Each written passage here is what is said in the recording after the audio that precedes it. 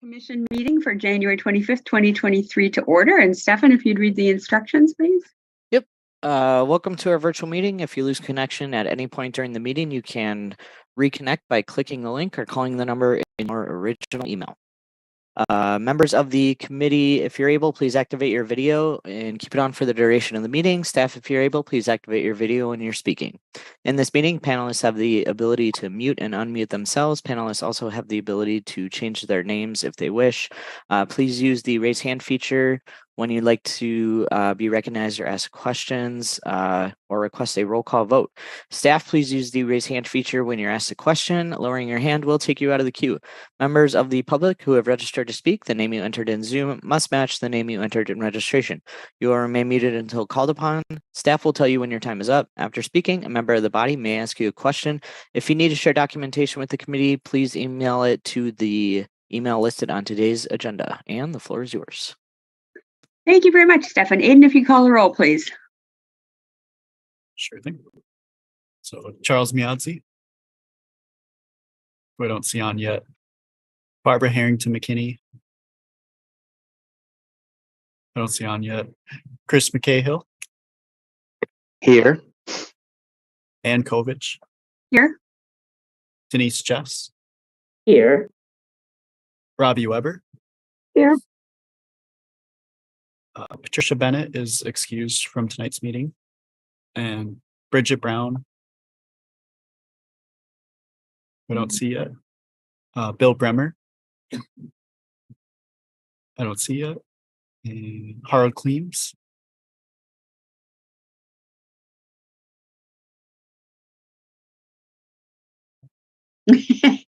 we see you, Harold. No, I think I got it unmuted. I'm here. Sorry. Okay, that's okay. We're all having technical issues tonight. And lastly, Darren Wozniewski. I'm here. Okay, great. All right. And at this point, it looks like we're missing a number of people. So both Harold and Darren would have an opportunity to, here comes Bridget, it looks like. But we're still missing 3, so you would both be able to vote at this point. We'll just have to watch and see who else might come into the meeting. Did everybody have a chance to look at the minutes from last time? Here comes Alder Miadzi.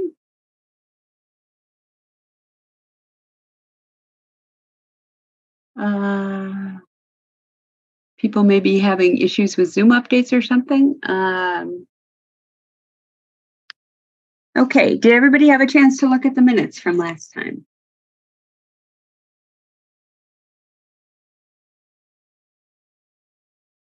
Anybody willing to make a motion? Chris? Yeah, move approval of the minutes. Okay, is there a second? Okay, Alder Miadzi, that's a second. Any discussion? I assume that was a second, Alder Miadzi. Yes, Chair. Okay, all right, thank you. Is there any discussion?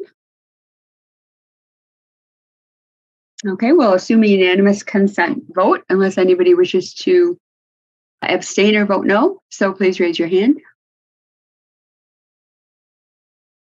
Okay, seeing no hands, the motion's carried. All right, at this point, it looks like, Aiden, am I correct that we're just missing Alder Harrington McKinney and Pat Bennett? Is that right? Do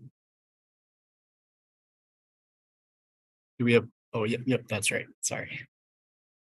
So we're still missing 2 at this point, it appears, correct? Correct. Okay, so both, I'm just checking that because that means that both Harold and Darren are able to vote. Okay, thanks. Do we have any public comment for items not on the agenda? No, we do not. Okay, just checking to make sure nothing changed since the last time. Any disclosures or recusals this evening?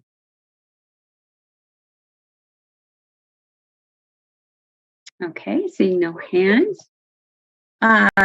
So the first item we have is item number 2, which relates to the Packers Avenue path. Sean Malloy, I believe, is here to walk us through this. Go ahead, Sean. Right. Should be seeing my screen. Yes, we can.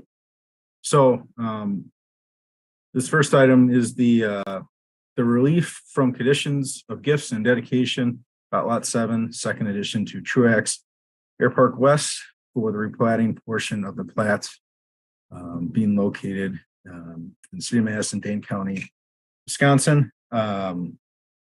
This area is, I guess, the outlot in question is between Packers and Pancrats, just east of Schlingen, just north of where the existing Montessori school is. So the ask here is that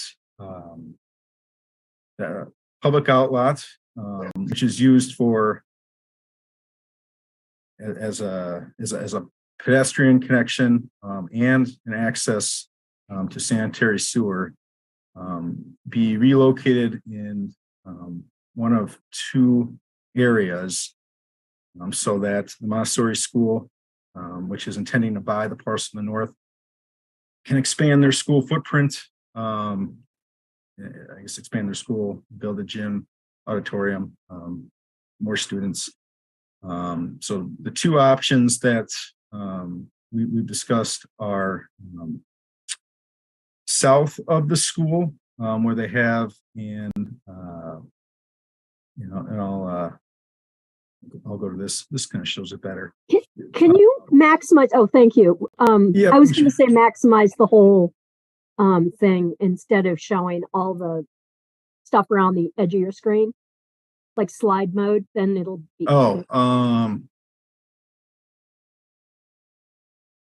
Is this a PDF, Sean, instead of a PowerPoint? Yeah, it's a PDF. That's better. Is that better, Robbie? Yeah, Sean, if Yes. you and then enter presentation mode, that'd be better. Go to view on the menu, view, Oh, okay, gotcha. and presentation mode. Full screen. Gotcha. Okay. Thank you. Okay. All right. Sorry about that. So yeah, the so the 2 options that we have are to move the connection south of the school site, which would involve some drive aisle crossings, but it would serve the school, which we anticipate, and we see a lot of children that cross between the cross Packers Avenue using the bus.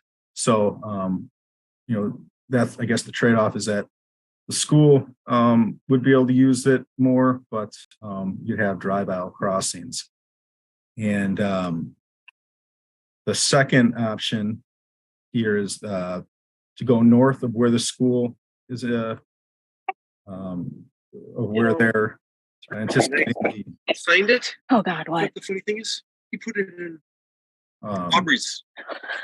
I'm just glad you're smart enough. Is everybody else muted other than Sean? If everybody else could please mute themselves other than Sean, that would be great. Go ahead, Sean.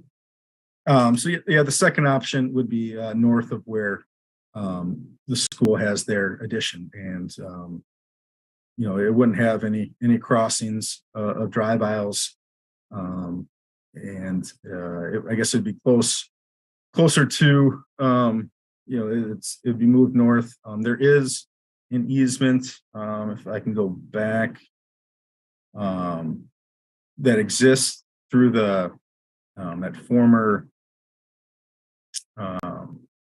There is a path, I guess, that goes through the site to the north. That used to be Ale Asylum, and so I guess this drawing kind of shows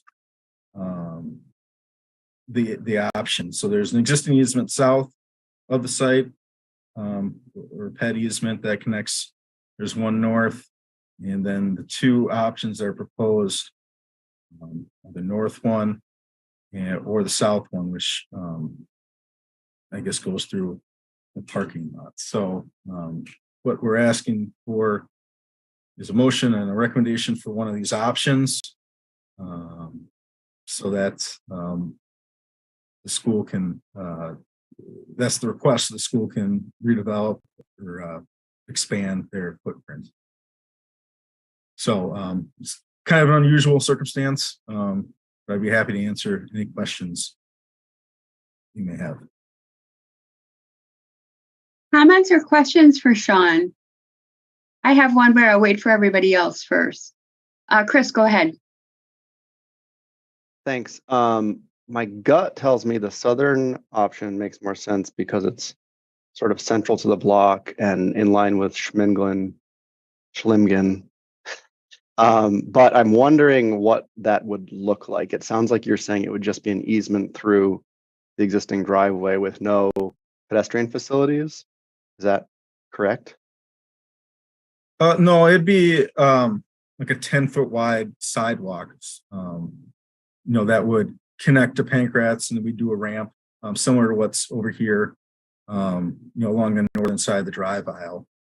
And, there would have to be a ramp that goes down to Schlimgen.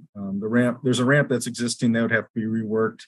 So that'd be closer to the intersection, but, because there's grading issues. So it would line up with Schlimgen. That's, another part of it that makes sense. I will add that we don't really anticipate, the golf course redeveloping anytime soon. So any connection east of there, I'm not really considering that at this point. I think we had a drawing of what that looked like here. This is kind of what the what their consultant was proposing. This is the southern one. So it'd be a path, and it'd have to cross the drive out. So they do some sort of continental cross and then come up and connect to the Packers side one. Is that sort of like switchback configuration because of topography? Yeah. I mean, we'd like to, make it as small as possible, but due to grades, this is what they're proposing. So okay, because that is what we anticipate will come in from Packers and use it. So they're trying to make it the distance you're going out of your way as small as possible. Other comments or questions? While we're waiting for other folks, I would like to know which one traffic engineering recommends. She has her hand up. Oh, I'm sorry. Robbie does. Go ahead, Robbie. Yeah, so I apologize. I'm having a little trouble with the drawing. And maybe you just answered this for Chris, but I didn't hear it. Would the path, so there's sort of a road that gives access to the Montessori parking lot, and it's a little hard to see from the satellite if also there's a driveway to the parking lot to the south. So there's sort of a road that gives access to that Montessori parking lot. Would the path be to the north of that road, to the south of that road? And also, is there actually access to that southern parking lot off that same road that connects with Pancrats? So I guess if I'm understanding that correctly, so the path would be north of that drive out or road, and the property to the south does have access to that road. But that would the southern property, which I think is MSA. Yep. Planners. So they also have that off of that same street or drive aisle, their parking lot is accessed that way as well. Correct, but it wouldn't I guess conflict with any of the path movements. because they're on the south side and the path's on the north side. So it would be essentially when people are coming in and out of the parking lot, they would cross the path and then they would turn onto the, I guess, drive aisle. For the northern sites, yes. Yeah. Yes, Okay. for the school, yep, the school would have that. Okay. And we're gonna, I mean, if we do this path, we would have some kind of indication that this is actually someplace they need to stop before they cross it. Yes, absolutely. Yeah, and I would say it is a one-way configuration that the school, is proposing, set makes it a little less stressful. But yes, they'd have to stop before they cross. Okay. Okay, thanks. Sean, I wanted to ask which you and traffic engineering support. It sounds like there's pros and cons, and I'm leaning towards the south option A as well, but what do you recommend? That was our thought as well, just because we thought, the school, they're going to be the biggest users. It allows a direct connection from Schlingen to their site. They have, the sidewalk on their site connects to it. So from that connectivity, I think that made the most sense. And, with the existing easement to the north through the former Elisam site, that spacing, it's kind of redundant. So even though there's, these crossings, I think that the southern one, makes more sense. Okay, and that's option A, correct? Yes, that's option A. Okay, other comments or questions?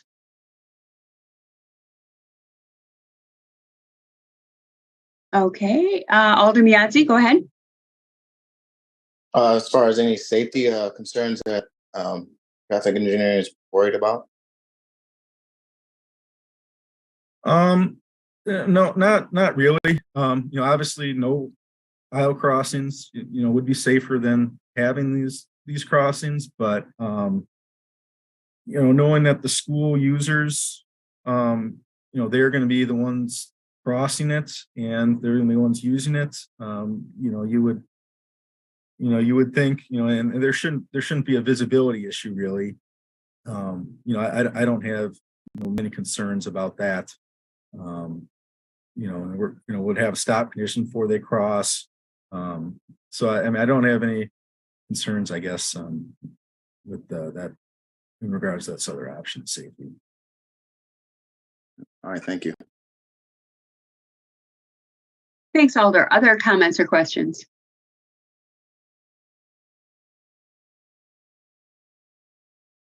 Okay, I'd entertain a motion. We need a motion to move the resolution along, but we also need a recommendation as to the option. Chris? Yeah, I'll move that we recommend the southern option. Okay. There's a motion. Alder Miazzi, is that a second? Yes, Chair. Okay, thank you. And I believe that's option A. Is that correct, Sean? Yep. Okay. So we have a motion and a second on the southern option, which is also known as option A. Is there any discussion? Or Chris, did you wish to speak to the motion? I think we already talked about most of the benefits of this one. The other thing that I'm thinking that I didn't actually say before was, since I'm assuming most folks that cross here and use the path will be accessing the school, I'm guessing the entrance to the school is at the south portion. I think it's another reason it probably makes more sense.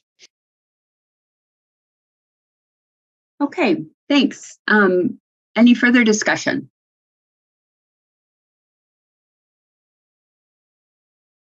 Okay, I'm seeing no hands. I'm going to assume a unanimous consent vote unless anybody wishes to vote no or abstain. If so, please raise your hand.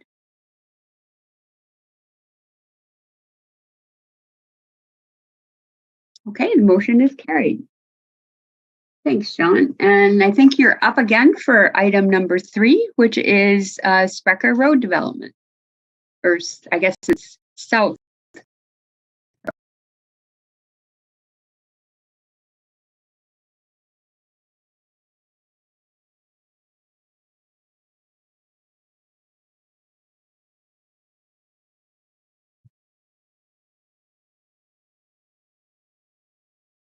All right. So this item is a private development that includes a new street that connects Milwaukee and Sprecher Road. This new street is in the Sprecher neighborhood development plan. It's the area in this little blue box here. So you have Sprecher and Milwaukee, and this east-west street is Driscoll, and this road closest to Sprecher is the new street. Here is the site plan for the new development. 160 units, 4 stories, kind of locking in that Milwaukee Sprecher southeast corner or southwest corner.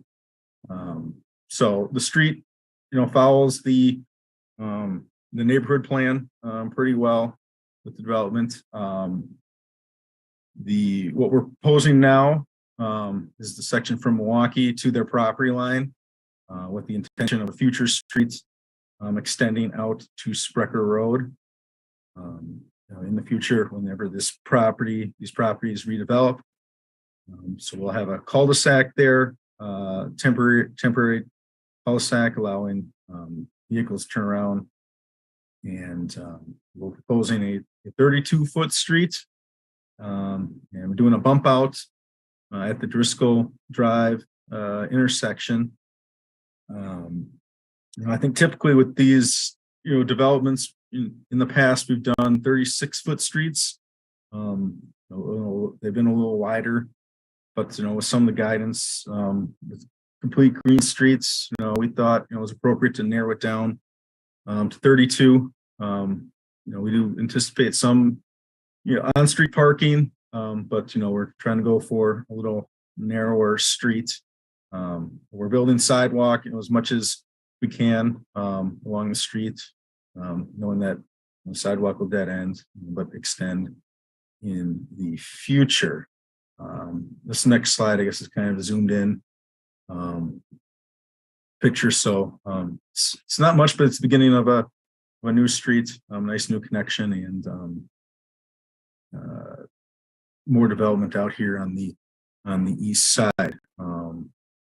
So Driscoll Drive, we're just connecting it as it is. It's just a small section, so we're keeping that as is. And yeah, that's it for this site. So if there's any questions or comments, feel free. Hey, Alder Foster, welcome. Go ahead. Thanks, Chair. Question. I guess especially thinking about the kind of new complete streets framing. I mean, you don't have to say like the typologies or anything, I guess, but what is the expectation to have bike lanes on the sort of north-south parallel, or what's the configuration there? You said maybe parking. What are you expecting would be the markings for that, or do you think it would be a shared street? I guess my anticipation is that we'd have parking on one side, and the rest, I guess, would be would be travel lanes, but it'd be we wouldn't have any markings on it because it's such a small connecting street. It basically connects to Milwaukee Sprecher. It's a pretty short stretch, so we were just thinking parking one side. So I mean, would it be, so it's basically just like a local street? I mean, would this be like a 20 is plenty? Would this be a 20-mile-an-hour street then, in that way of thinking? Yeah. I guess I would just classify it as a neighborhood street. That's what I call it. Okay. Then yeah, I don't know. I mean, I guess I think 32 is still real wide. Like we're redoing streets in like Sassy neighborhood that I think people feel good about. And those are like, I think like 26, 28 at the most for with one-sided parking. There are ones that are still getting redone that are at 24. I think maybe we think that's a little bit narrow in the winter with getting plows through, but I think if it's going to be one side of parking, maybe take a look at 28 across the board. I would really love to see us start putting, chokers right at the off of the main, like Milwaukee there. So I mean, if there's not going to be bike lanes, you only need 20 feet, to have 2 lanes, and especially if it's not going to be striped or anything. I think it's really we should be really aggressive, especially coming off Milwaukee where you've got really high car speeds. That's just way too open and wide in my opinion. So I'd really like to see that particularly, tighten down as much as possible up at Milwaukee. Think about narrowing it across the board if you're thinking one side parking, and then the bump outs can even be, a little bit more aggressive in that case as well. And then the same thing for Driscoll. I mean, that I guess also is a pretty low volume, et cetera. So that's already built out. I don't know, but get that. I think we should be going narrower than this, even on these new subdivisions out here. Thanks. So I guess one thing that we have to consider is the fire department impacts. So with this being a 3-story building, it's not a single family home. Typically they're going to want at least 20 feet of pavement for their fire trucks to operate. So I think we could go down to 28 certainly. That might squeeze them a little bit. But that's something we'd have to consider. I don't think we could go much lower than that if we want to keep the parking on the street. I think that 20-foot number is what we've heard from them is what they need for these not single family homes. It's a little higher density.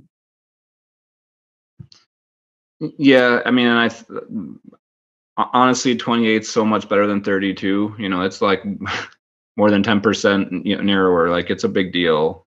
So I mean that sounds good. And then I guess also look, because I mean if it's a big fire truck or whatever, they can also hop the curb up at Milwaukee. So I think you can still keep that real tight up there and even get large fire trucks in without a problem is my guess, to really narrow up the entrance off of Milwaukee in particular. Okay, thanks, Alder. Alder Paulson, go ahead. Yeah, 2 things. One thing that's not on this map, just for folks to know, there is a private drive, at least it was on the approved plans, that would cut from the new street through the lot and then back out to Sprecher now. So even though the map that you're looking at now doesn't show any sort of way to get from Milwaukee to, yeah, there we go. So there will be a way to get across now. I don't know if that factors in anything. And then the other thing is that I'm for narrowing streets, but I guess I'd rather not be a little too much on the vanguard this one. I think that there was some expectation that the street would look at least somewhat similar to this one, this one before the neighborhood. So if we were going to go too narrow, if we're going to go out of the ordinary for narrowness, I guess I wish we'd had a little bit more time to let folks know we might consider this here. So I guess my main concern is let's not lose the right of way, but I'm not super excited about going super aggressive on narrower streets here. Are you suggesting, Alder, that if the commission does suggest going to 28 foot, that staff go back to the neighborhood? I think 28 feet, we don't need to go back to the neighborhood. I think if we're going to do narrower than that, then yeah, we would need to go back to the neighborhood, because there was some concern about how much on-street parking this site will probably need to be able to do some on-street parking, and then it's workable out here. But if we're going to go surprisingly narrow, I think that's we want to at least kick this back a little bit, just so I can let folks know. Sure. I just wanted to fully understand your thoughts. Thanks. Did you have other comments? No, that was it. Thank you so much. All right, you bet. Darren, go ahead. Thank you. I just wanted to echo Alder Foster's comments about taking it to 28 feet. I was looking through the Complete Green Streets Guide just before I raised my hand. And I think back to our conversation the other month where we were doing an extension and we were stuck by a wider street that we had been approved before. And I think since this is a new section, this is our opportunity to set the stage for the future extensions going through there. So I'd love to see it narrower than 28, but I also understand the concerns. And so I would be acceptable, find it 28 acceptable. Okay, thanks, Darren. Harold. Yeah, thanks. I think, yeah, Alder Foster and Darren, I also agree. I think one of my thinking forward is like once the street will be extended and go all the way to Sprecher, I mean, I think we want to build a street so that this does not become like a shortcut where people, oh, there's the stop sign at Milwaukee and Sprecher, so I'm just going to quickly shoot right and go through here. So building the street in a way that discourages that, I think, is a good thing to do, and width is one of the way we can achieve that. The other thing that we could maybe look at is having a continuous sidewalk along Milwaukee Street, because again, that reinforces this idea. This is not a through street. Like, you can drive through very obviously, nothing's going to stop you in a car, but you slow down, you give priority to people walking, especially with the new development there, which probably will increase pedestrian traffic. So that might be another thing to look at. And I know that sometimes can be difficult with drainage and whatever. So yeah, I think 28 feet, look at continuous sidewalk. That would be my recommendation. Alder Foster, go ahead. Thanks, Harold. Thank you. Yeah, I really support that suggestion as well. Was going to suggest, I think, especially coming off of busy streets, high-speed streets, being more aggressive with continuous sidewalks makes a lot of sense. And I just wanted to be clear, when I was talking about sort of narrowing it more at Milwaukee, I think staff understands this, but basically you can't have on-street parking at the corner anyway. And so you leave the same width in terms of the actual driving space, but since you don't want anyone parking there, they can't park there anyway. You bring the curbs together and that shortens the crossing as well. So it's only a 20-foot crossing instead of 28 foot, and that makes a big difference. So that's what I was suggesting at the intersections. And I know you have to factor in turning movements for large vehicles, et cetera, but I'm pretty confident there's a good way to do that while allowing big vehicles in as well. Okay, thanks, Alder. Alder Paulson, go ahead. Yeah, and I just wanted to clarify. I was more concerned about sort of in the bulk of the street going too narrow there. I am very supportive of going for a safety first and going aggressive on the safety, especially at Milwaukee Street. And so going narrower there is totally fine. And a continuous sidewalk would be awesome. I'd love to see those just, I think, be more standard across Madison. And so this would be a good place. We've got a couple kind of, I forget the exact term, raised crossings elsewhere in the neighborhood, and those are great. And so more of those would be fantastic. Okay, thanks, Alder. I've been seeing a lot of nods from people. What I hear so far is a recommendation for 28 feet instead of 32, continuous sidewalk, and narrow at Milwaukee Street to make sure that we're impacting the speed as they turn off Milwaukee Street. Does that pretty much echo people's feelings? Did I get thumbs up or thumbs down, or anybody want to comment differently from that? Denise, go ahead. Yeah, totally support. And then also just making sure that there's the bump outs at, what is that street name? At Driscoll. John, your comments about those suggestions? Yeah, I think those are all good suggestions. I think the change in the 28, that shouldn't be a problem. the raised crossing, I'll check with engineering to make sure that can work for them and that there's no drainage issues or any other issues. But don't have any opposition to that. We can take a look at narrowing the intersection at Milwaukee. I'm a little nervous about that, but we can take a look and see. Having two-way traffic and having vehicles turn, that could be a challenge, but something we can definitely look at. I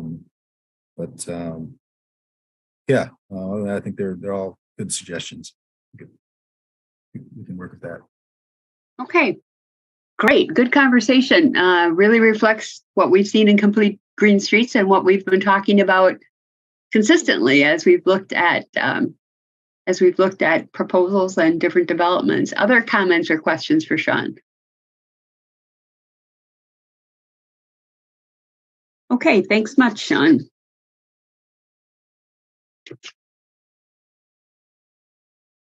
Okay.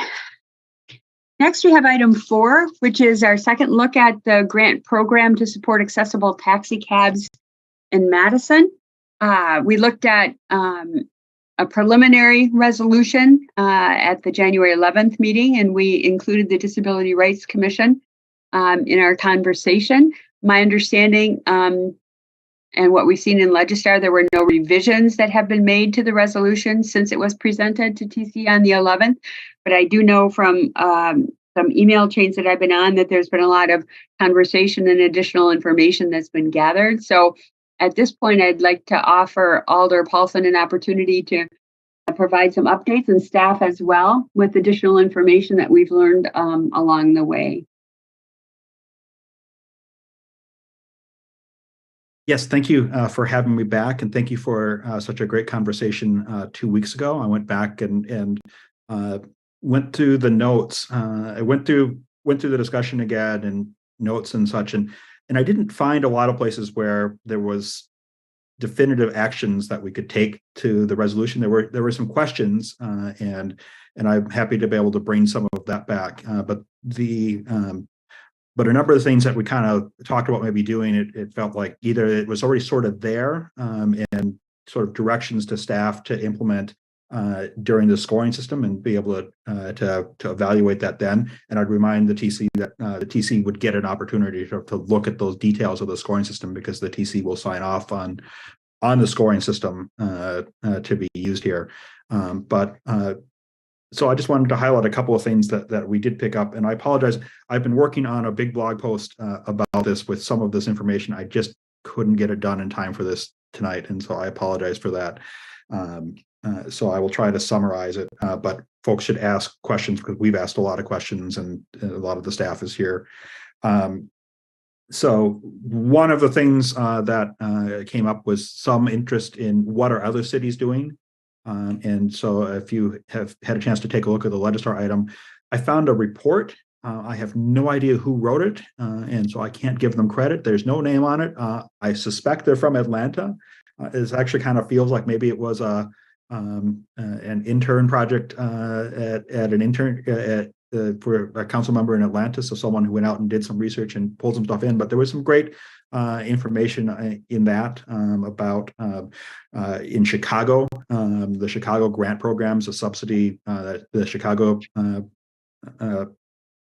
city government offers, and similar in New York that the Taxi and Limousine Commission offers there. They both fund them, those programs, through different surcharges added. In New York, there's a 30-cent surcharge applied to taxi cab rides, all cab rides, which goes into a fund that the TLC can use to subsidize the purchase of accessible vehicles for folks using it. New York taxis are always kind of crazy with the medallion system, and I'm not going to try to fully explain it. I understand, and I found an article, and it will be in the blog post as a link, that they're having some difficulty in getting they have a pretty aggressive target of 50% of their cabs being accessible. They're not there yet, but they're at like 30%, which is, I think, still a remarkable number. So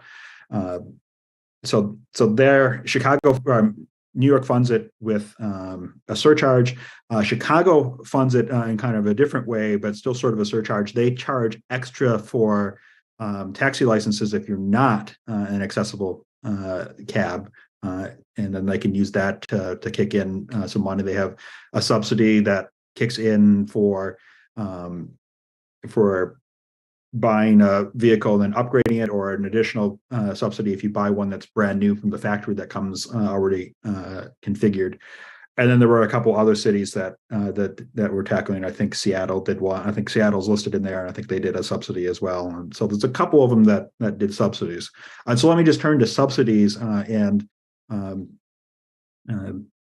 Robbie might actually have insight. And actually, I think I saw Alder Vetter briefly on the call.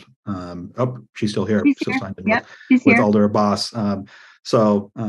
Yeah, they- maybe Stefan can change that name and update it from Alder Abbas to Alder Vetter, so we can get the name correct. Thank you, Alder Paulson. Yes. So in 2004, there was an effort by the city to potentially move forward to require accessible taxis in Madison, and there is an ordinance on the book, and Bill referred to it, those ordinances about requiring accessible taxis in a number of things that are part of those rules. But the interesting part of those rules are that they were added to the they're in the ordinances, but they're paused, and the traffic engineer was charged with writing, doing a determination if there are no cab companies providing accessible service, then the ordinance is set up to say there is a need for it, and then those ordinances go into effect. But there's a clause that says, look, if the traffic engineer writes for 5 years in a row that there isn't a need, then this ordinance has sunset and it doesn't go into effect. So there's a whole bunch of accessible taxi cab ordinances on the book, but they're all sunsetted because we didn't get to the point of actually demonstrating need, and so they never went into effect. As part of that, there was a clause that would allow an accessible taxi surcharge to be added to rides, and that is not in effect, according to one of the city attorneys. And so if we wanted to do that, we'd have to have the council add a new ordinance. But from what it sounded like, that there was no state law that preempted us from doing this, that we could go back and add a surcharge if we wanted to.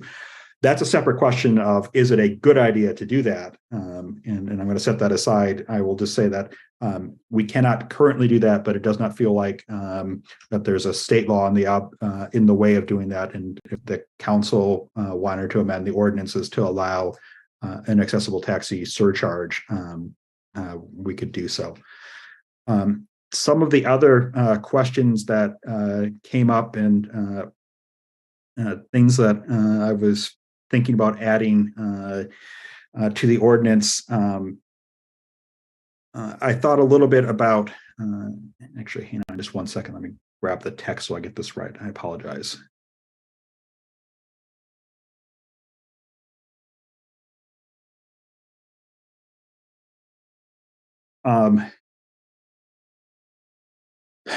I thought about potentially beefing up and adding additional information about how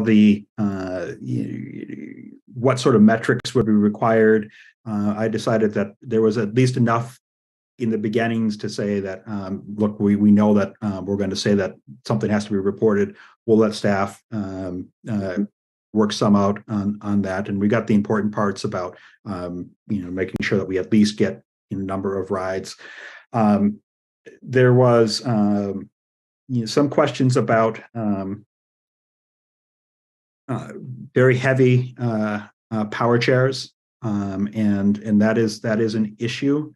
I have thought about that and thought that perhaps a better move would be to leave that out as a requirement, and potentially work that into the scoring system, because from discussing with staff, it sounded like that the vehicle costs could get significant for some of these trucks that are basically trucks. I think some like they're F-350 bodies that could handle the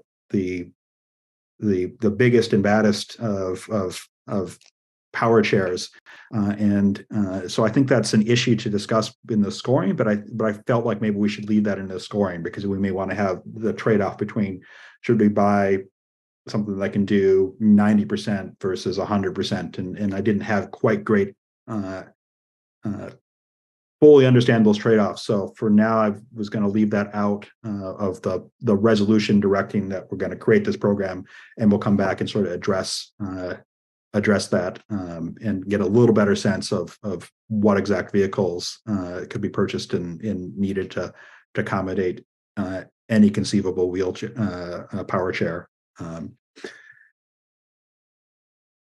That was a lot, and I think I kind of covered most everything. I'm just kind of flipping through my blog post draft to see if there was anything else.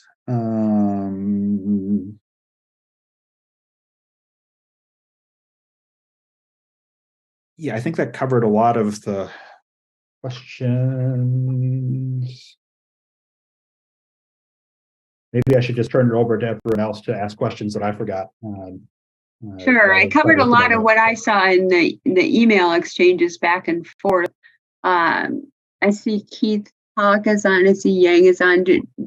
Any other comments from staff relative to research that you might have done, or comments, or any other staff who's on that I'm not seeing here? Tom Lynch is on as well. Otherwise, we can go to questions and discussion, and we can address it that way. So comments or questions? Chris, go ahead. Thanks. And I wasn't here for the last meeting, but I did watch the discussion. So just to be clear, the item is to establish the grant program. And really what we're talking about is tweaks to that program that address some of these concerns that came up. And I think they're twofold. One is sort of setting standards around the use of that money.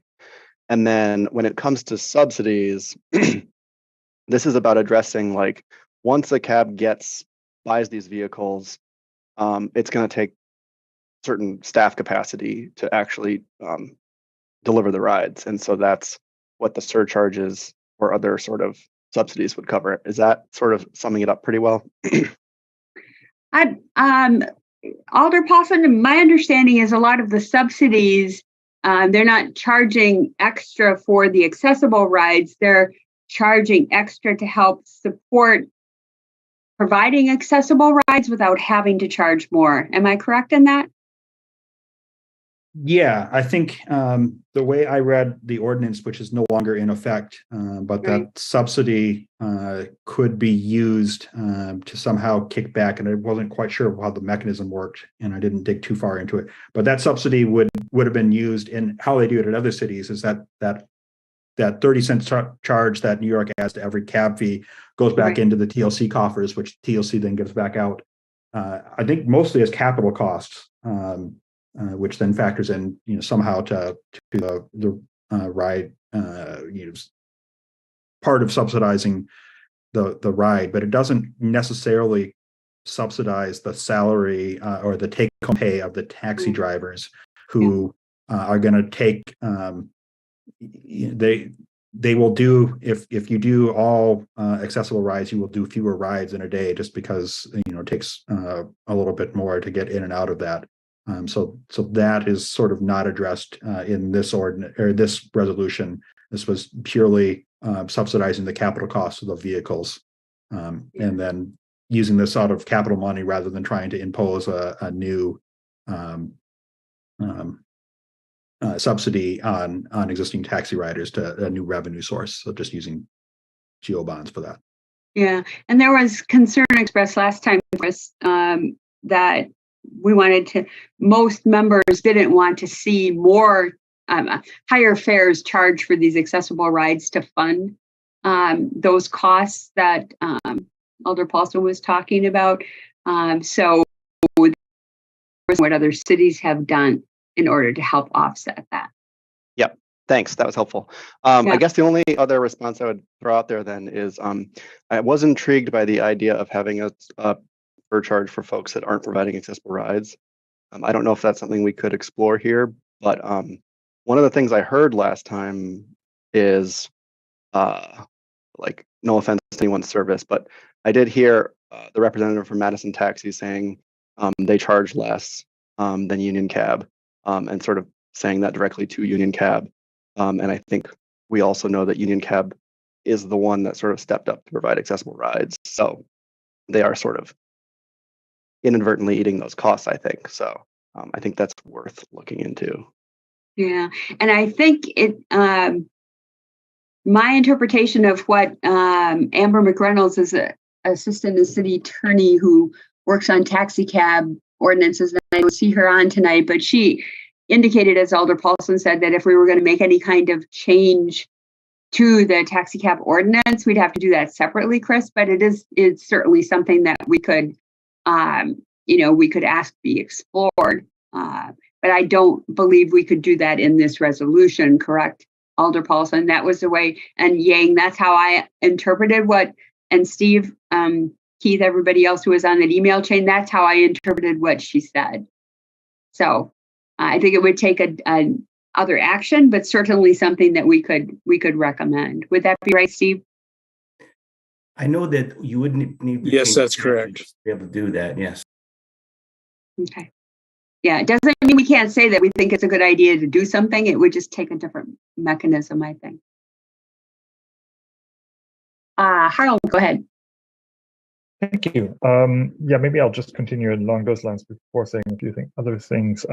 I mean, I think it's actually good to keep those two things separate because, yeah, I mean, one is a very, I think, well-developed proposal to provide capital assistance to buy equipment. And I mean, based on last meeting's discussion, I think that alone will already have a positive impact. So I think just moving along with that, with whatever tweaks are required is good. And then revisiting the other piece of it, like, yeah, how can we make sure that it works out for the companies, that it works out for the users? I think, be it a surcharge or anything, I think that's definitely worth exploring, but I imagine that will probably take more time, might be more complicated, but I think keeping those two separate is not a bad idea. Other than that, I want to say thank you to Alder Paulson for providing all that additional information and for digging up that white paper. I mean, I think that's exactly what I had in mind when I asked for, like, hey, let's look at what other cities have been doing. It was kind of nice that they seem to be in a similar legislative requirement that I think it was in terms of what they can and cannot regulate based on the state level regulation. So I think a lot of that applies to Madison and Wisconsin as well. And then I want to make one comment about your point about, what kind of vehicles do we have and what kind of wheelchairs should they accommodate? I think I would just suggest deferring there to the Disability Rights Commission, because I think they are the ones who have the best expertise with that. I mean, I think what you said makes intuitive sense to me, like, you design for the 90% case, or maybe you get one vehicle that covers the 100%, but then you also, in order to get more vehicles on the road, you also subsidize ones that maybe can't handle all wheelchairs, but then I'm not a wheelchair user. So I think deferring to the Disability Rights Commission there and what their input is would be a good idea. But yeah, I think other than that, this seems to be, I mean, as you said, there hasn't been a lot of change since we saw it last time. And I think last time we had a good feeling about that. The only one question that was asked last time, like, is there a different or better use for those $250,000 of capital funding? It doesn't sound like you have come up with anything, and it doesn't sound like anything else has come up with any of that. But yeah, that was, I think, maybe the only outstanding thing that made us hesitate last time. Thanks. Was that question directed at Alder Paulson, Harold?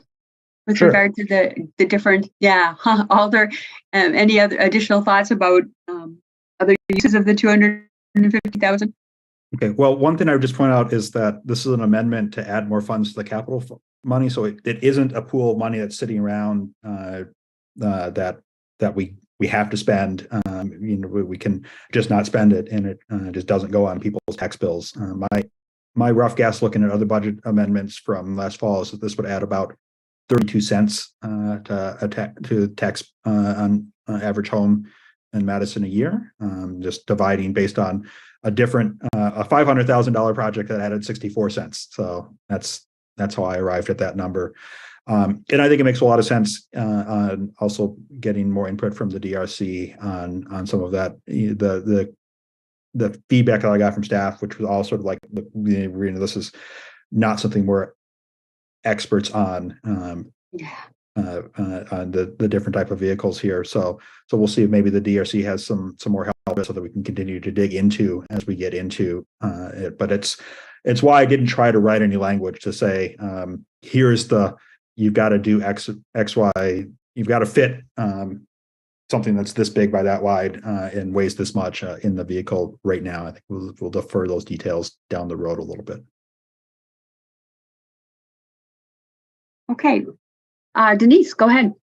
Yeah, thank you. Thanks, Alder Paulson. I really appreciate all the work on this. Yeah, I think that is still my lingering itch, is making sure that we don't put some folks in the position where they are homebound because they can't get access in a vehicle. It's awful. So I appreciate the commitment to working with the DRC on getting clarity about that, and maybe ideas for how to move it forward. So intuitively what you're saying makes sense, but I just, in good conscience, can't go without saying, knowing people who have had to choose ambulances to get places because there were no vehicles for them, the humiliation is incredible. So I just don't want to see us create a system where that happens.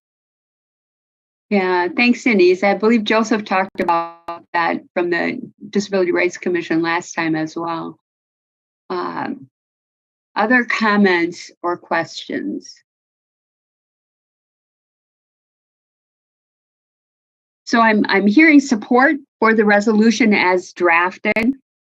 I'm hearing an interest in Alder Paulson having further conversations with the Disability Rights Commission with regard to the size of vehicles and if anything might need to be added with regard to that.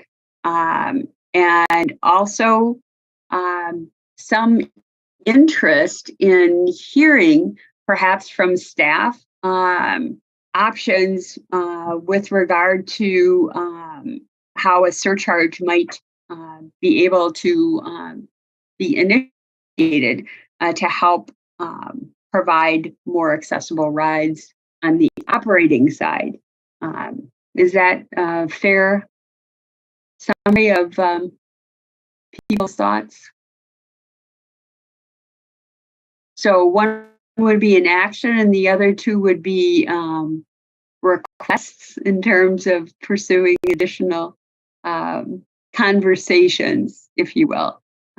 Not formally included in the motion, but just requests for additional thoughts with regard to that. Alder Paulson, go ahead.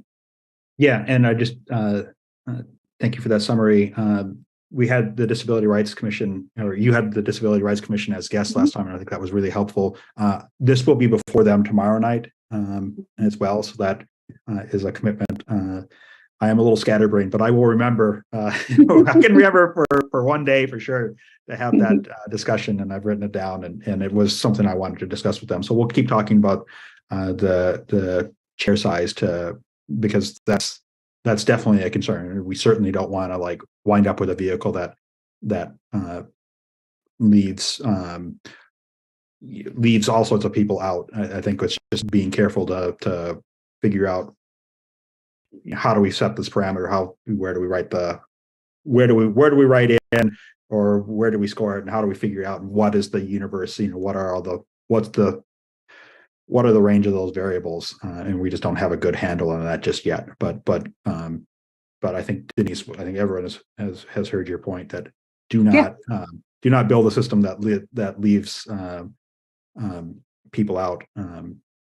And that could certainly be considered in the scoring criteria, as you mentioned earlier, Alder. Yes. because as we understand that better, maybe that's where we make some decisions. The only other thing I would add, and I don't think the TC will care about this, is discuss this with the mayor and some department heads and looking at staff capacity to run things. The exact home of the program is may change yet. I assume no one here cares if the grant is administered by TC or by the transportation department or Metro or by a different city department. I won't name names in case a staff person is watching and has a heart attack. It's like say it shows up in parks or something, but that there are other options of places to do that have some experience, and so we are keeping that in mind and figuring out with staff work plans. And so okay, other comments or questions? Okay, if Bill, you're muted there, Bill. There you go. Thanks, Ann. Yeah. I think when all is said and done, one of the things I'm interested in is to make sure the cab companies, both our cab companies, are all treated equal, and that they can make this work. So that's the last thing I'd like to see, is to be the tipping point of driving somebody else out of the cab business in Madison. Right. Last Wednesday night, when I was not at the meeting, I was trying to get back to Madison, and I rarely take a cab, but boy, was I glad there was a cab at the airport at 1 o'clock in the morning. So thanks. Okay. All right. Other comments or questions? Excuse me. Alder Paulson, go ahead. Yeah, I just wanted to thank the committee here. I thank all the staff who've been working on this. Thank Alder Miyazi, who's a co-sponsor of this, and we came up with this back at a dinner we had, just getting to know each other early on. So he's been working on this with me for a long time as well. And so thank you for his support on this. So thank yous all around. Okay. And thank you, Alder. Alder Miyazi. I just wanted to echo what everybody said, especially Alder Paulson. He did bulk of the work on this, but this is so much needed in the city, given that everybody needs to work in order, together in order to see that people, especially people with disabilities, get to where they need to go with no problem. So this will be a big help in that, to make sure that the word equity echoes through all corridors. So thank you, Alder Paulson. Thank you. Thanks, Alder. Okay, I entertain a motion to move the resolution along, and we would have side suggestions that we discussed already that wouldn't necessarily be formal in the motion. Alder Miyazi? Yeah, I just wanted to move it forward. So a motion to move it forward. Okay. There's a motion. Is there, and Denise, is that a second? It is a second. Okay. Did you wish to speak to your motion, Alder? I think everything's been said. Okay. Right. So the motion on the table is to move the resolution forward as drafted. We had the side conversations that we already talked about and requests of staff and of Alder Paulson, but the motion is to move the resolution forward. Is there any further discussion? Denise, your hand is up. Is that for discussion or? Okay, I lower it. Is there, whoops, I think I lowered it and then you put it back up again. I'll lower it there. Whoops. It's gone. Okay. Sorry about that. We're going back and forth. Any further discussion? Okay, we'll assume unanimous consent vote unless anybody wishes to vote no or abstain. Okay, the motion is carried. And then we'll ask staff to look into the possibility of surcharges to help support accessible rides in Madison, accessible taxi cab rides in Madison on the operating side. And also Alder Paulson's going to talk to the Disability Rights Commission with regard to wheelchair size capacity and how that may be addressed. relative to these capital purchases. So my thanks also to both alders for bringing this forward. And Alder Paulson, you've clearly spent a ton of time working on this, which is much appreciated. And I wanted to make sure I thank you as well. So we'll move on then. Thanks, everybody. A lot of great work on a very important topic. Okay, we are going to move on to Safe Streets Madison. This is phase 1 for 2023. So welcome to Tom and Renee, and Yang's here as well. And who's gonna lead off with the presentation? Maybe I'll lead off with the presentation. Tom will jump in, and then he can also talk about the projects. Okay, and I'll let you know, I believe we have a couple of registrants, but we'll hear from staff first, and then we'll hear from the registrants, and then we'll have discussion. All right, thanks, Anne. All right, for those new, I'm Renee Calloway. I'm the pedestrian bicycle administrator in traffic engineering. And Tom Moore is with me tonight from traffic engineering as well. And we have both been working on this Safe Streets Madison project since its inception. We had a subcommittee to create this program and kind of refine some old programs to best meet goals. And excuse me, Renee, Renee, can I ask you, your screen is a dull. There we go. Is that right? Thank you. All right, so first we wanted to talk just a little bit about the budget because this is the beginning of the year, phase 1. And we had in the budget, as you can see, $2,050,000, but $500,000 of that has been set aside for some East Madison bikeway improvements that we will be working on that are to kind of enhance biking in that East Madison corridor in areas where you know, some of the improvements to support bus rapid transit had some negative impacts on biking. So this is to try to raise up some of the facilities, build some new things in those areas, and you'll be hearing more about that in this coming year. So that leaves us with about $1.5 million. And after we looked at the final cost for our contract last year, we found that we did have a little bit left. We weren't sure we were going to, but Tom went through everything and came up with $279,000 that we can still spend from last year, leaving us at 1.8 for the total this year. This first phase, if you had a chance to look through the projects, you'll see that our focus has been on smaller projects, signing, marking, things that we can do in a quicker, easier manner. And part of that is just staff vacancies here at the city have kind of slowed our design and our installation of projects. We have a backlog waiting for surveying. So we were trying to avoid projects that would add to that list right now. We have a lot of RFB and DFBs that we need to still do this year from last year. We've gotten caught up on 21, but we are going to be doing 22 this year. So we only have one that would need to be installed by TE staff and one that is in cooperation with Sun Prairie where they would handle the installation. We also, as you may remember from last year, our construction contractors are also quite busy right now, and we had a lot of trouble getting a contractor on board. So our last year's projects are being built this year. And we also have a lot of really big projects like BRT, other ones going on that also impact availability of those things. And of course, you've all heard about the supply chain, which has affected us with some things as well. So that's just kind of setting the stage for kind of these smaller projects to start with.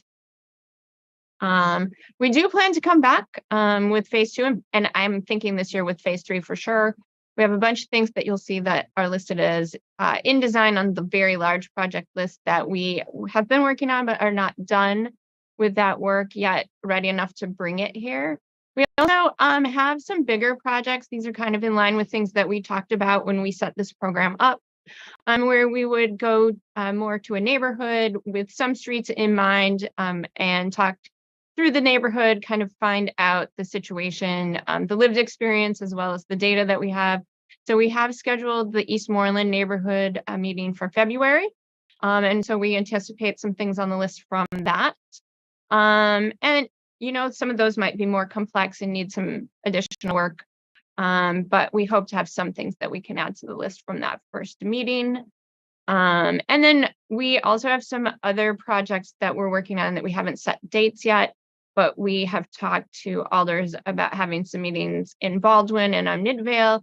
And then Metro has some things happening near Drake Street because of the bus reroute where they need to have a meeting. And we felt it would be a good collaboration to go and talk about both some Metro things and some Safe Streets things at the same time. So we expect those coming in future phases and have those in the works. So that kind of hopefully helps with thinking about how much you might want to approve now versus, holding it for a phase 2 meeting.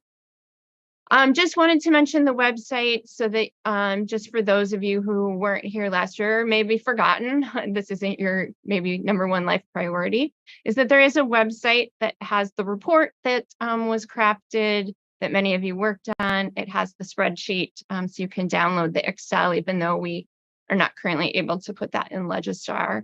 And it also has information on all the approved projects from last year and our upcoming public engagement. And you'll see the spreadsheet if you did go there for some reason, we created a tab for approved projects to pull those off the list and just have a tab of their own in the spreadsheet. And then we did want to bring one discussion item. We've been through 1 year, but we haven't built a lot of the projects. So I don't know if Tom and I felt we were ready to really discuss, all the ways you might kind of refine the program. But one thing that has come up particular that we've heard about is the idea of newer streets, right? So we look at, around 5 years of crash history, but not all of our streets that are on the list have 5 years. Some of them are newer, like Milky Way. So we brought this as a particular example. It's a street that's a newer street. And it isn't going to have that same history as our older neighborhoods. But it does have a street next to it that has speed hump. And so people in the neighborhood feel that people are driving then on Milky Way and they're driving quite fast and it's creating an unsafe situation on their neighborhood street. And that is a picture at the bottom. It shows Milky Way Street. It has single family homes. It does have parking, but it shows here it is lightly utilized. It is built wider. You just had a discussion tonight about narrowing up streets, and this is a street. I don't know the exact width off the top of my head, but it is one of those wider, brand new, good condition streets, single family homes with the driveways on the street.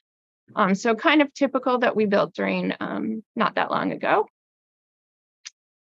And then we have Milky Way. It gets no score in the safety category, not on the high injury network. We have given it a point for having a bike gap and a ped gap. There's parks there. As you can, there is a park in that neighborhood, a bigger one, a smaller one, so we felt like that people are expressing concerns over safety. So we generally do give that point. But overall, the benefit score ends up at a whole 1 point for adding the speed humps. So, it definitely is not going to score high. So we just wanted to bring that up because we've heard about it. And this idea of newer streets is an interesting one. And I don't feel like we really talked about that a ton, but we did talk about it a lot during Complete and Green Streets and the idea that we want to change the way new streets look. I mean, that's what you were talking about tonight, right? Having a narrower street that's going to perform well from the get-go. So we felt like that would be a good item for discussion at the start of this season. And so we put it on the list. We put it down as like a discussion project. Tom, I don't know if I missed anything on that. And we can also share the list of projects as well. Yeah, I can, I'll share my screen. Yeah, before we get to the registrants, why don't you talk about the projects, Tom, because you may help provide anybody speaking with that additional information. Sure. So we included this spreadsheet, which we have 24 line items of projects, which gets us to a total of 636 $1,300 roughly. And I can just breeze through these real quick. And while I'm doing that, maybe just think about any questions you might have or comments or concerns. But like Renee said, for this first group, we're trying to do simpler, easier projects that don't require a lot of surveying work or a lot of utility work that would push those projects. Anything like that would likely be constructed next year. So we're kind of doing these simple ones now, and then we'll come back in a month or two with some other projects that we've been working on but aren't finalized yet. So the first thing is retroreflective borders on signal heads. Could you make your presentation full screen, please? Thank you. I did try that prior to this, and it kind of. Are you only seeing half of it here? Yeah, we are. Can you It's move it probably over? gonna change because you've got landscape and portrait, but at least we won't see all of your tabs along the top and the Yeah. extra stuff on the side. It Yeah, just can you makes it take- bigger. There you go. I'll just oh, here we go. That kind of fixes it.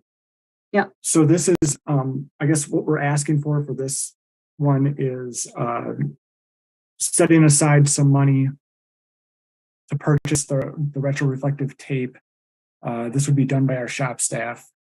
So we would I think we have a list of intersections that we're looking at, but this kind of goes along with the crash facts report that we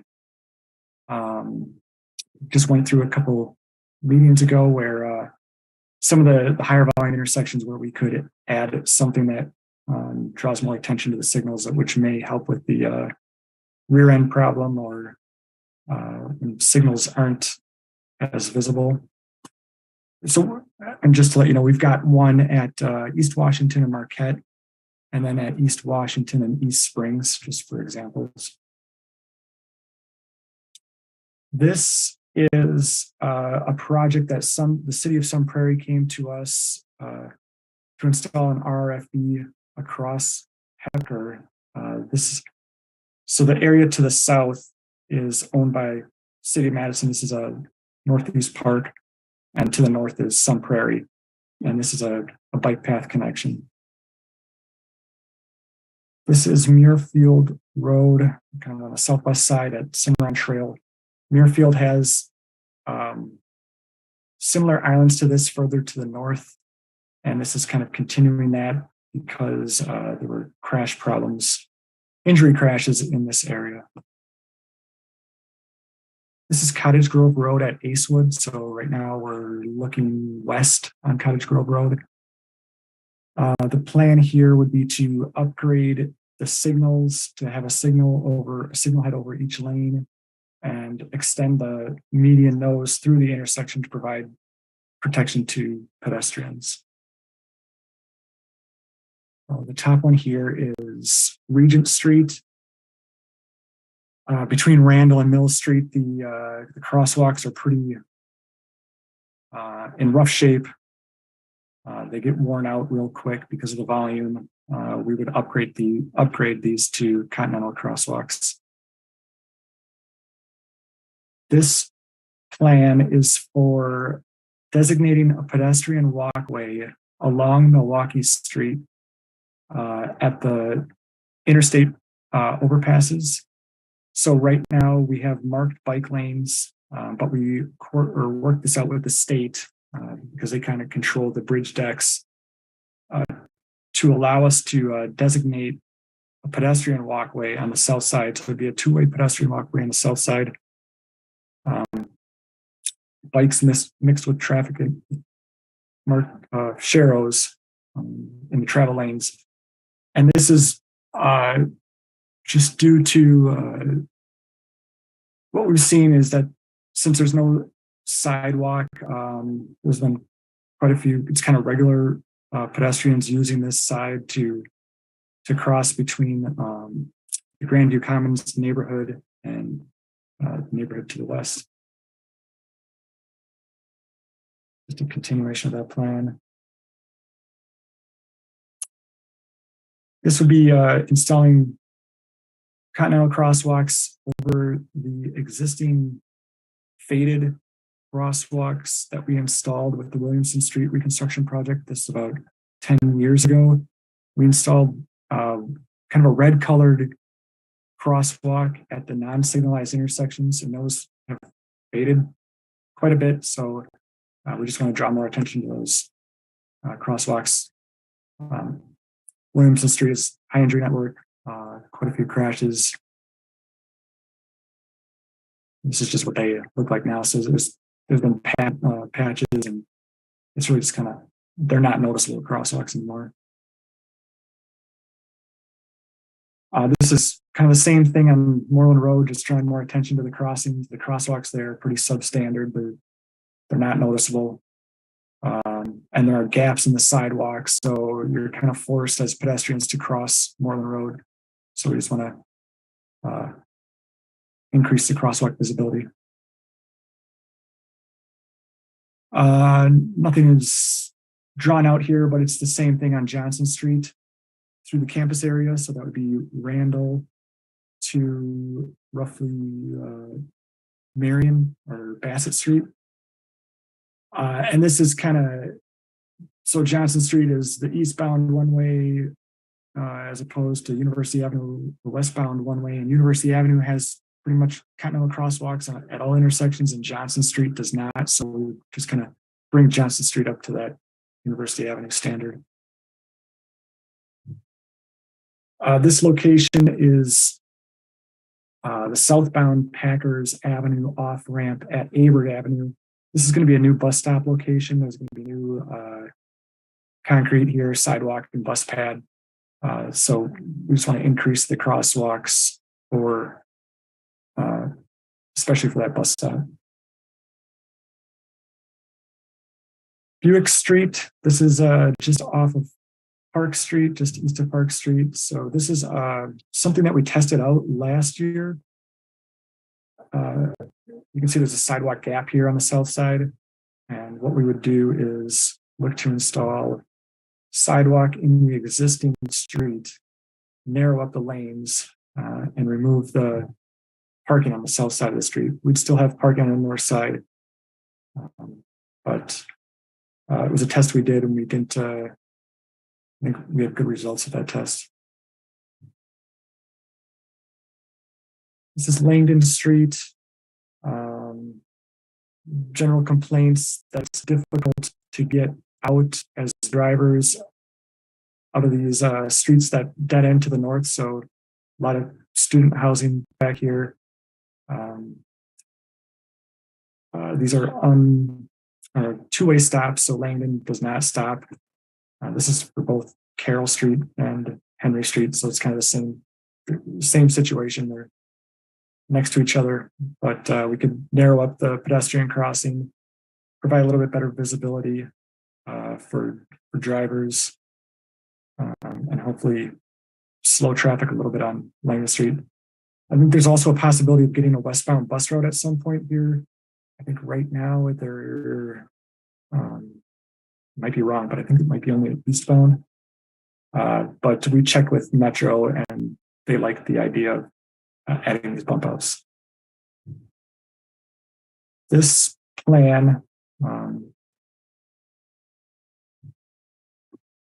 which is just an overview map of our planned speed limit reduction projects for this year. So we have 11 different locations shown on this plan, and the information is up in the legend and notes.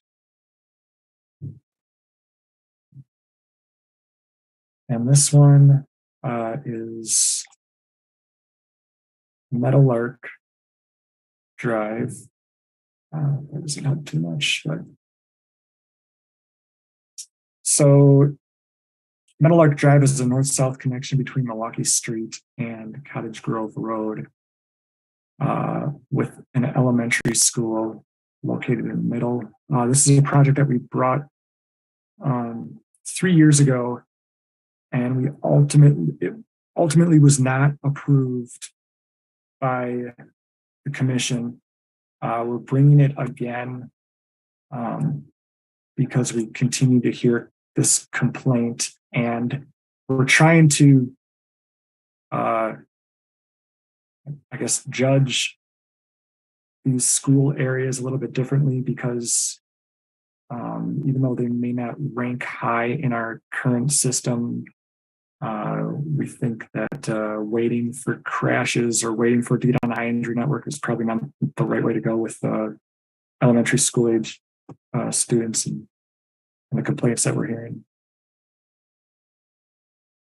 And the last one was the Milky Way street that Renee already kind of discussed. So just to clarify this map, the red line is the north-south route of North Star Drive.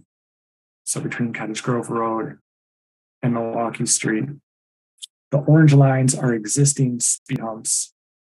And this was kind of just connected through in the fall of 2021.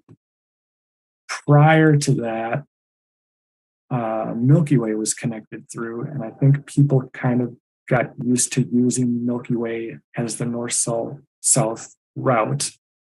And what we heard is that the volume and speed is really high on this residential area. So like Renee mentioned, we don't have a crash history here, but we think that because it's an obvious north-south alternative to North Star Drive, and the fact that North Star Drive already has speed humps, that it makes sense to add them also on Milky Way. So that is it for the projects that we had drawn up. There were a couple other ones that we didn't have plans for, but they're kind of self-explanatory. But if you have any questions, we could take those, I guess, after we hear from the public. Right. Hey, thanks, Renee and Tom. Aiden, why don't we hear from the registrants, and then we'll have comments and questions. So our first speaker is Alex Graulock of Meadowlark Drive, Madison, Wisconsin. Supports and wishes to speak. Hi, yes, thank you for having me. My name's Alex Graylack. I've lived on Meadowlark Drive for just under 5 years now, and we do see a lot of heavy traffic coming in between Milwaukee Street and Cottage Grove Road, just traffic going from one to the other, and the speeds are just outrageously high. There are already digital speed signs on the north and south side of the elementary school, which I live across the street from, and you see those flashing anywhere 40 plus miles per hour in this neighborhood. The school is used, outside of school hours as well. Not to mention there's Kennedy Park right behind Kennedy Elementary School that gets high usage, not only from myself, but from the rest of the neighborhood. And we do have bike lanes on Meadowlark Drive here, which my wife and I both utilize, as well as the rest of the neighborhood. But with speeds, well above the speed limit of 25, cars are weaving in and out of the bike lanes because they can't, maintain their lane going around the corners. So I've been asking for a while now, and I've talked with Tom and Alder Paulson, and thank you for, responding to my emails and pushing this project forward. But I do believe that speed bumps or speed humps is something that we definitely need on this street.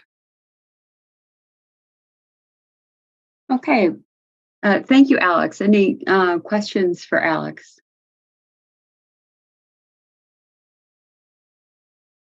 Okay, seeing none, who's our next registrant? Our next registrant is David Michaelis of Milky Way, Madison, Wisconsin, supports and wishes to speak.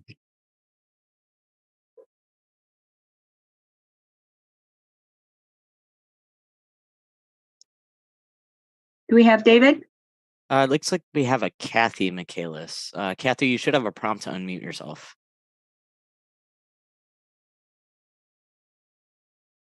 Looks like she just left. Oh, maybe she bounced out instead of. Sorry, There she's she is. back. Okay. Kathy, you should have a prompt. There you go. All right, can you talk, can you hear me? We can.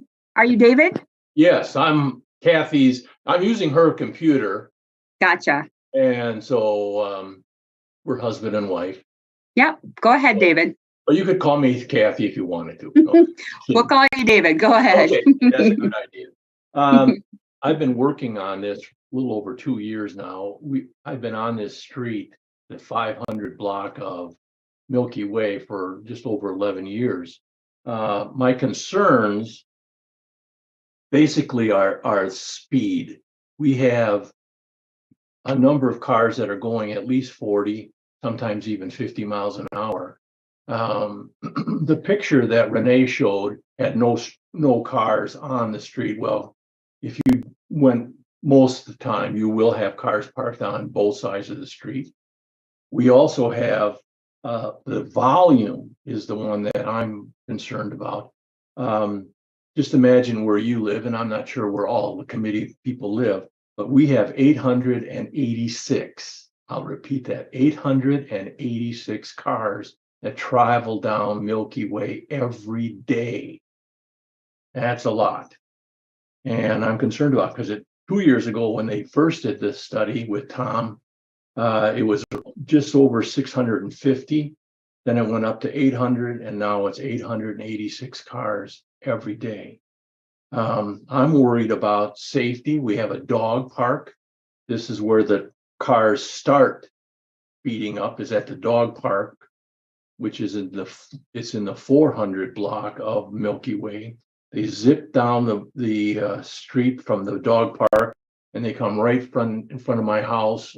Most of them do stop at the stop sign at Apollo. I would say probably 20% don't. Usually the ones that don't are the ones that are turning right onto Apollo, and they head down to the Apollo apartments. We also have a number of elderly, the people right across the street from me are both 88, and they walk their dog 3 or 4 times a day, and they cross the street to get to the dog park. And you've got people zipping down the street or zipping up the street towards the dog park. We also have a number of kids. The house next to me has 2, the house next to them has 2, and the house across the street has 2. And now you might say, well, that doesn't seem like a lot. Well, the 2 houses on my side, they do outdoor activities. In fact, last year, they persuaded 14 kids in the neighborhood to play Hamilton. So it is really the gathering spot for kids in our neighborhood, is that house. I worry about that. Also, the width of the street. This is just a residential street. It's 30 feet across from gutter to gutter, where North Star, which is supposed to be the main artery, is almost 50 feet across. So you can see, and they've got parking spots, set up. So, when Milky Way was about to be connected from the north to the south, I asked the engineering department, I said, what, can't you delay that until North Star got finished? Because North Star hadn't been finished until 2021. And of course, when you come over the Milwaukee Street Bridge, instinct, logic says you're going to turn right as soon as you can, which is Milky Way. You're not going to go another, 1/8 of a mile to get onto North Star, which is really the connector they should be doing if they want to get to Cottage Grove Road. Well, because people have habits, they continue to cross the bridge, and head down Milky Way at whatever speed they want until they get up to the Great Dane, where they start connecting. So I worry about that.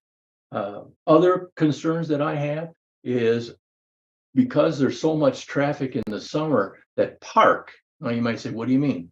Well, we have a very large park by us. It's called North Star Park. Yeah.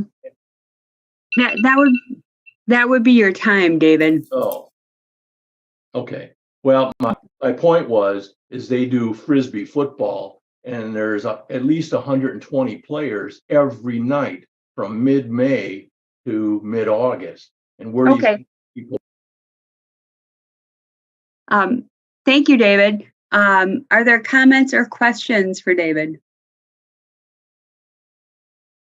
Darren, go ahead. I don't have a question. I realized even when Alex was on, I just wanted to thank them for sharing their stories and their experiences. I didn't want it to be met with silence there. So I appreciate them coming on board and sharing their experience. We all do. Thank you, Darren, for verbalizing that for everybody. Other comments or questions for the registrant? Okay, thanks so much for coming and sharing your thoughts with us.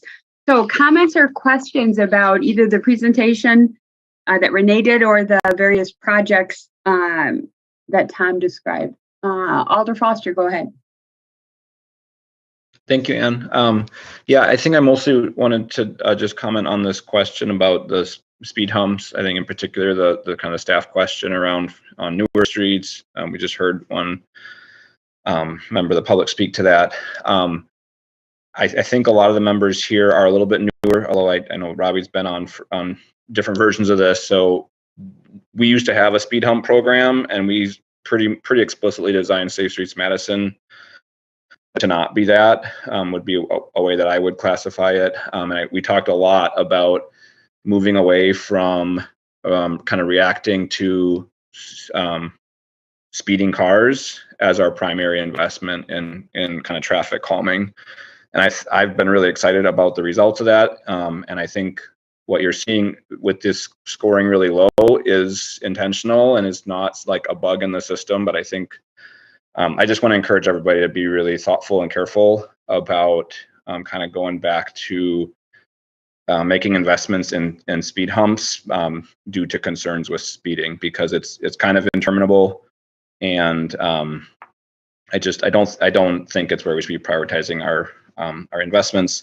And I would say at a minimum, at least maybe consider holding off on decisions on those until you've seen the other projects and potential projects that can be pulled together by staff, because it'd be hard to imagine that they would take precedence. I do think I understand the concerns and the need to respond to people that say, do I have to wait for crashes before we can get something done? And I do think that's something we need to be working on. I think we actually need to be thinking about much cheaper installations there. So I'd really ask staff to think about barrels, getting barrels that we can deploy on streets to narrow things up rather than getting a long list of people that want speed humps again. The only other comment I had was for Tom on the Aberg and Packers crosswalk improvements, which look really good. If possible, could staff also look at the bike connection there? It's pretty difficult and awkward. It's where the south side kind of path transitions onto Aberg theoretically in bike lanes. And there's a few things that I think can maybe be done if you're going to be out there doing some pavement markings, including if you could look at maintaining the eastbound bike lane on Aberg through that through the end of that intersection. Right now it cuts off kind of a block short. So if staff could just take a look at that when they're doing those markings. Thank you. Thanks, Alder Foster. Carl, go ahead.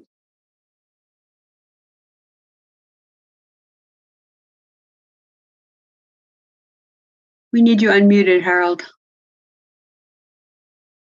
There you go. That's okay. Having a hard time today, apparently. Yes, I have a relatively long list. Apologies in advance, but it's a long list of projects. So let me get started. I'll try to do this in sensible order as much as I can. First question, are there any projects that we have previously approved that did not get built, but also are not, like they then fell back into a different realm of the spreadsheet? I was just wondering, like one thing that stuck in my mind was that I think we approved adding islands to Odana Road to deal with the problem that after the conversion to the center turning lane that people use that to pass. And so, yeah, I was just wondering, is there a backlog of things that we approved or that worked really well, but for one reason or the other did not get done? So who can answer that? I can answer that. Yeah. Yeah, there is a very large list of projects because the contract that we put out last year, which included all that concrete work, we couldn't get a contractor on board that wanted to construct it last year. So we allowed them to push it to this year. So that construction for pretty much all the concrete projects that were approved in 2022 will be starting construction in the next, in the spring here. And in terms of the budget, that is not like those $250,000 that were listed as being left over from 2022, but this is budget, like this is extra money that because we had it in the plan for next year, we don't have to pay for it this year. Right. Yeah. It's all accounted for in that number. Okay. All right. Great. That helps a lot. Question about the retro-reflective backplates of the traffic signals. I mean, they get a really high cost-benefit ratio because the cost is super low. But then I look at that info sheet from Proven Countermeasures, and one of the issues with it is like you need to install them. So I was wondering, is there a lot of staff time going to be involved? And actually, like making the things seems easy, but then actually installing them, do you have any concerns about that? And might that change how they would score if it takes up a lot of staff time? Yeah, I talked to our shop staff about it. They felt pretty comfortable installing it themselves and didn't think that it would be too much of an issue. They'd kind of, and it's something that can be done. You don't really need good weather to do it, so you can kind of do it as they have the time to do it. So they felt like it was a pretty, cost-effective, not too much labor. Looks like Yang has his hand up as well. Go ahead, Yang.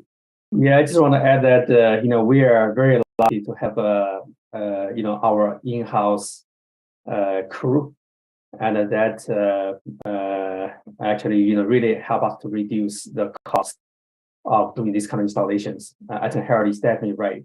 If we have to hire out contractor to do this, it's going to be very expensive. But just because we have the in-house and we are very cost effective, and also Tom mentioned that we can probably ask them to kind of do this as fill-in work when in between larger projects. So the impact for us will be quite obviously quite minimum. Again, if I hire a contractor, it's going to be a different story. Just like for the LED lights conversion project, we found that when we're trying to go out to hire a contractor, it costs us at least 3 times more than we do that in-house. So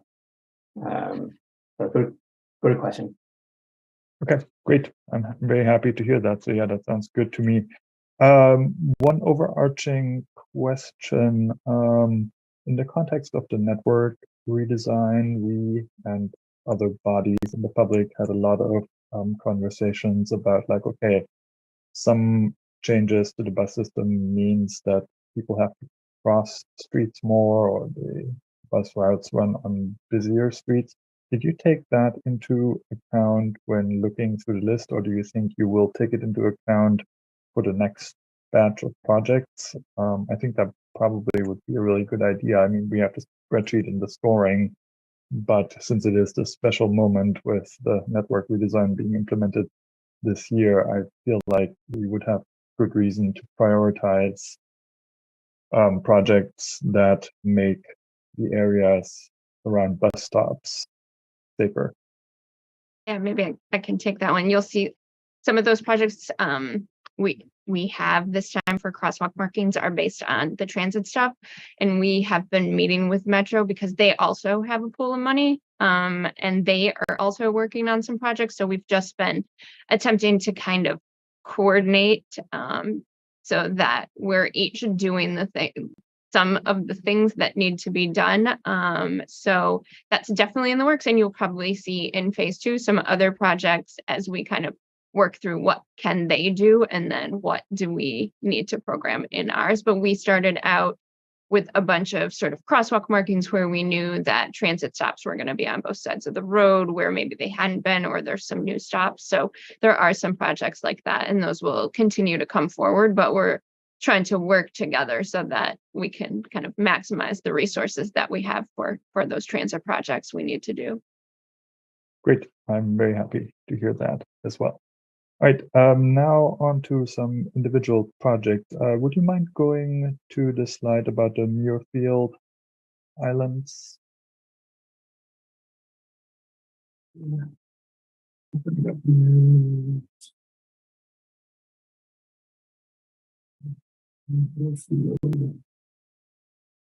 Yep. Okay, great. So I think there's a bike lane on there and the islands are in the curve. So I guess you're removing, I guess there's no parking in the intersection area. Right, yeah. You're right. So the remarking of the lane lines are not shown here, but I kind of just dimensioned it out. So it would be a 7-foot bike lane with a 10-foot travel lane and a 1-foot gutter on the island. And any parking within this area would be removed, which is just this white car is, and then this little stretch over here. Okay. Yeah, because I think my point here is because it is in a turn and it's a painted bike lane, people do have the tendency to basically take the turn wide or narrow depending on which direction they go. So maybe thinking about street marking like some hatches to like really emphasize that people are driving, stay in their lane and do not cut into the bike lane as they go here, which might be more of a problem after you remove the parking there. But other than that, yeah, the islands I think will help. That's great. Milwaukee Street overpass. I think that was probably the project that was where I had the most concern about it. I think, and I think maybe Alder Paulson had a blog post about it with some additional detail. So I understand it's without control. So this would all be based on road markings, right? There's not going to be any curbs or barriers or flex posts or anything to demarcate any of this. So that's something we talked about today. I think that actually could be an option. The issue is snow removal, and we would definitely have to take anything out for the winter because of just the way the bridges are. There'd be no place to put the snow or no way to plow that snow effectively, or it just kind of wouldn't be feasible without taking everything out. But yeah, it would be an option to install some sort of delineators or temporary curb, but it would have to be installed each spring and taken out each fall. And I guess the other part of that is whatever we install, we wouldn't, especially on the bridge decks, we wouldn't be able to bolt into the pavement. So we might be able to do something with epoxy or something like that that's more temporary. Yeah. Lynch, I see your hand up. Go ahead. Yeah. Could I share for a second, Tom? Sure. I'm going to try and share the here is this is just a kind of a reminder of what this problem is trying to address, and this is kind of a schematic of what's occurring. I think the DOT has said that we cannot bolt the delineators down, and so we spoke. I was talking with Mark today, and there might be an opportunity to use some of these portable, the thinner ones that we've been using on through probably the spring, summer, fall, but then as Tom said, through the winter we probably wouldn't be able to have them up. So here, I'll stop sharing now. Okay. Yeah, I mean, I think, yeah, having some sort of delineation would be really good. And I guess the other question that ties into is, so you're going to have pedestrians on one side and you're putting it on the side where you think, based on where the housing units are on both sides of the destination, that people would not actually have to cross Milwaukee to get to that side for the most part. Most of the housing right now is on the south side, and so Right. because of it, you get most of the pedestrians on the south side. The north side is mostly the Hamburg farms, or the Hamburg Right. area. I mean, this is not ideal. The Right. fact that this got reconstructed or redecked a couple of years ago without addressing this is just it's hard to fathom. It's this is what could be done right now. The interstate project, I think, will fix this, but then that's in 2028, and we have a lot of housing out there now. So Right. yeah. Right. Yeah, I mean, I think, yes, needs to be fixed. Waiting that long is not a good option. I am concerned about making this a shared lane for people on bikes. I think that's going to be awful because, I mean, it's, dead straight. Even if you lower the speed limit, having cars sitting, it's a long distance to get across. You have to go uphill and all of that. So I'm not sure how good that is. I mean, if it would be possible to maintain the marked bike lanes plus delineators, I feel like probably for the walking experience, I mean, there's not going to be a ton of either bike nor pedestrian traffic.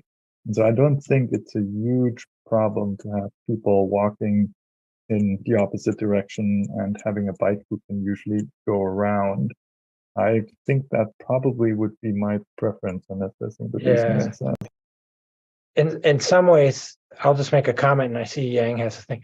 Probably in the eastbound direction, the cyclist would just go, in the protected area, pedestrian. That's the in the westbound direction. I'm not sure a cyclist would actually cross over. Do you know what I mean? To the south and then cross back. So they probably would use a shared lane. Yeah, just. What's the total width of the bridge deck? I can share my my schematic, which I think is pretty accurate. It's 24 feet. This is what's there now. So the top is what's there now, and the bottom is probably what would be proposed. It's taking the 6 feet and putting it on one side. So. Yang, did you have a comment there? Yeah, a couple of things really quick. One is that, yeah, we are looking into the potential to reduce speed here with some speed management. So hopefully, make things a little bit better, for the missed traffic. Secondly, I agree with Tom that, this is not going to be a perfect solution. And actually, when we met with Wisconsin DOT staff, they did bring some of the issues as well, right? It's not going to be perfect. Bikes may be in the pedestrian area, but it's definitely going to be better than what's out there today. And actually, it's not very easy for us to persuade, Wisconsin DOT staff to allow us to do this. Initially rejected, but we didn't give up, and finally they agreed us to do it.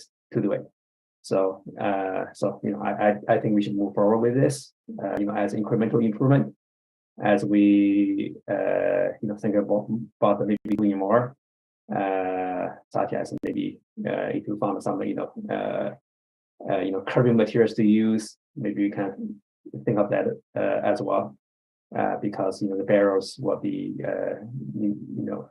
they can be moved easily. Yeah, but before the permanent improvements are made, the bridge is widened to accommodate pedestrians and bikes. We'll keep improving it. So this will be obviously the first but important step. Thank you. Thanks, Yang. And Tom, thanks for bringing that additional schematic forward. Very helpful. Go ahead, Harold. You had other comments?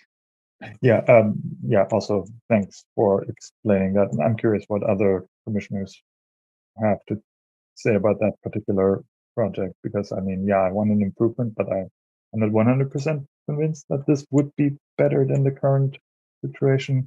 So I'm curious what other people think about that. Langdon Street, the bump outs, I think they're good. I was just wondering, is there any plan to ever install any bike facilities on Langdon Street, or is the long-term vision to always have that as a Sharrow kind of road? I just want to make sure that we're not building bump outs if there ever is a possibility to creating bike lanes on there. Renee? Sure. So, this project was came to us from students actually, and it would be a big project. I mean, to put in some bike facilities. I think we've been thinking more about how to work with Metro to improve the traffic overall, to keep it slow, to keep the pedestrians crossings slow, and try to keep it that kind of slower speed type of street where people would feel comfortable biking there. We heard from students, they did a presentation for us actually, after they studied Vision Zero and Complete and Green Streets, and in thinking about streets in their neighborhood that were hard, almost all of them said walking in the Langdon area. So I think slowing speeds and slowing crossings is kind of where we're at with that. Yeah, I think that makes total sense to me. Like, yeah, that's good. Great. And then finally, I'll keep that short. Milky Way, Meadowlark, this question of new streets, speed bumps. I think I'm basically I was part of developing Safe Streets Madison, and yes, we do not want to regress to where, like, if you just keep showing, if you are able to come to these meetings and keep pointing out that the speeds are too high. I mean, we have a very long list of projects. We do not have the capacity to implement them all. I'm pretty sure we could find projects that would score higher, that are on the high injury network. So I would also caution against, going back to the old system that we wanted to fix with Safe Streets Madison. Thanks. That's all I have now. Okay, thanks, Harold. Alder Paulson, go ahead. Yeah, I wanted to touch on the speed humps, especially Milky Way. Though I will just quickly hit on the Milwaukee Street Bridge. I live just on the other side of it. I drive that all the time. I'm terrified every time I drive it of how close I come to pedestrians, and so I'm trying to get as far away for the pedestrians. And now I'm in another lane, and it's 25 on Milwaukee up until the bridge. And it's 35 on the other side of that. But at that point, everything opens up into wide double lane, and so it's 45 is what traffic is coming at, and it's 45 still when it hits the bridge.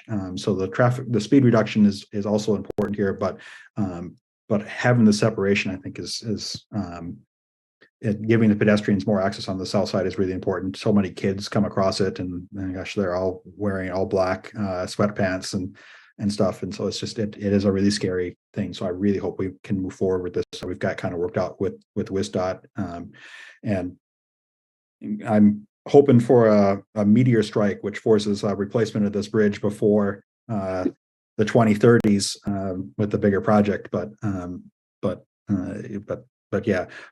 back to speed bumps, and I'll start with Milky Way. The thing that I think makes Milky Way kind of special case here is the street turns out to be a lot busier than I think anyone wanted it to be. And I think one of the other things that we've learned is because of the speed humps on North Star, I think it really has pushed traffic onto Milky Way. You can look at the traffic counts, and the traffic counts are higher on Milky Way than they are on North Star. Right? It is more people are using it, and more people are going faster on Milky Way than they are on North Star. Tom Moore studied that here this past fall to get ready for this, and so we know that it's some combination of it being the first street you can turn onto, and potentially people avoiding the speed humps on North Star are dramatically increasing traffic on Milky Way. So speed humps work. I mean, they do work, and I certainly don't want us to try to have to retrofit all the thousands of miles of streets that we've got in Madison. I appreciate that that's not tenable, but there are some places where the right answer is speed humps. We just built them on North Star in 2021, so I don't think we're throwing this formula out, but I think it's appropriate to put them into Milky Way because of the special circumstances. And we've got these sort of we see this on Meadowlark too, where these north-south connectors between two major roads, between Milwaukee and Cottage Grove, and it's the way to cut across. And they're relatively wide, they're relatively straight, they're relatively cross-cutting, and they are just high volume, busy streets that have lots of pedestrian actions around them, but the cars are going faster. And I think in a few places, the right answer is going to be speed humps. And I think Milky Way is an appropriate place. Milky Way, the other fun thing or less fun thing about Milky Way is there's a topography change. It's downhill. It's a little valley in Milky Way in between the 500 and 600 and 400 blocks as it connects into Apollo. So that's another, you've got folks speeding downhill. So special circumstances on Milwaukee Street, on Milky Way that ordinarily look like, yes, it's not scoring very high, but I think when you look at it in totality, there are things that the current scoring system just doesn't quite catch, and it's the streets around it and what those improvements have forced onto Milky Way. So I hope you'll support that there, and I think absolutely it's the right answer in front of Kennedy Elementary School, and that's been a problem for years and years and years and years, and the crossing guards have been begging for it, and so I hope that we can do that. And I certainly, and I am going to try to talk to Alder Foster about this on some of the narrow streets, and did I just make a mistake earlier when I said, well, we don't want to go too narrow on whatever the new street by Sprecher is, and I'm certainly open to that conversation, and I want to understand more of it.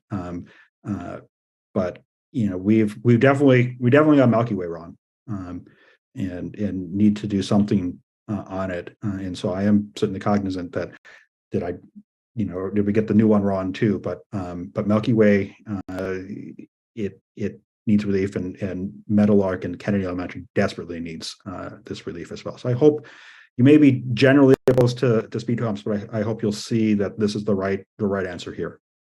So thank you. Thanks, Alder. Darren, you're next. Go ahead. Thank you. I have a question, just because I'm naive to what goes into this. On the two speed bump roads there, how much more difficult is it to look at raised crosswalks versus speed humps? Because in my mind, the raised crosswalks prioritize the pedestrian, and they say you need to slow down because people are crossing here, versus you just should slow down on this road and not do that. And so just wanted to ask that question with one or the other. And would you like to see it again? No, I've been going back and forth and looking at the maps and seeing that, they're kind of fitter in the same way, and it doesn't get spaced out exactly like that. But in my mind, it centers up the pedestrian with a raised crosswalk. which then acts as a speed bump versus just a random speed bump in the middle of the road. So Because Tom, I've watched, interaction of drivers, there's speed bumps on Mohawk by me. And once a driver gets past the speed bump, they're not looking or concerned about pedestrians. So thank you. great question. Tom Yang, do you want to address that? Yeah, I can address that. So we use both. I think they're both good. I guess the difference in construction is that speed humps, we can kind of just plop down on the existing street. The water flow line and the curb and gutter remains. We don't change that. With raised crossings, everything gets taken out. So we typically have to put in some sort of storm sewer with the raised crossings. And then the difference between the two just on speed is that when we're trying to slow traffic down along the length of the street, it's speed humps spaced out evenly is what we try to do. We found that 300 to 400 foot spacing of speed humps tends to work best. So if it's a raised crossing and if it's just like one raised crossing, then obviously people can speed up on either end of it, but that would be an option. It's just, it would be a little bit more, raised crossings just tend to be a little bit more expensive because of the storm sewer aspect of it. Yeah, so what Tom said is definitely true. But what I want to add is that I do like us to move forward more with raised crossings at intersections. I do feel like it's it's a very worth investment for us looking into. I think some of those will be better to be done with a bigger project at intersections, so that all the water flow management would not be redone. I think speed humps are a little bit easier to build, but I do feel like it's really crosswalks either two that we should use more and more. Did that answer your question, Darren, or did you have a follow-up? No, it did. Thank you. And especially in light of around an elementary school, I think that raised crosswalks are even more important there. Okay, Chris, go ahead. Thanks. I will start with the Milky Way project. I think it might be fine to do the speed hump installation here. I would like to see if there's a better solution, but I think Alder Paulson made a good case for why this is a unique application of speed humps, given that the parallel route has the same treatment already. And if one or two projects out of 24 is still a speed hump project, I think we're still moving in the right direction. I don't think the intention was never to build speed humps again.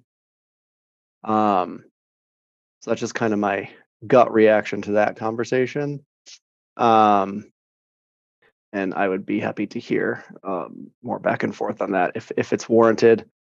But on the Milwaukee Street one, I also, like Harold, I'm not sure that this is a great solution. I'm just trying to imagine someone, the cyclists being in the lane. I think those headed eastbound are going to naturally go into what's supposed to be the walking area.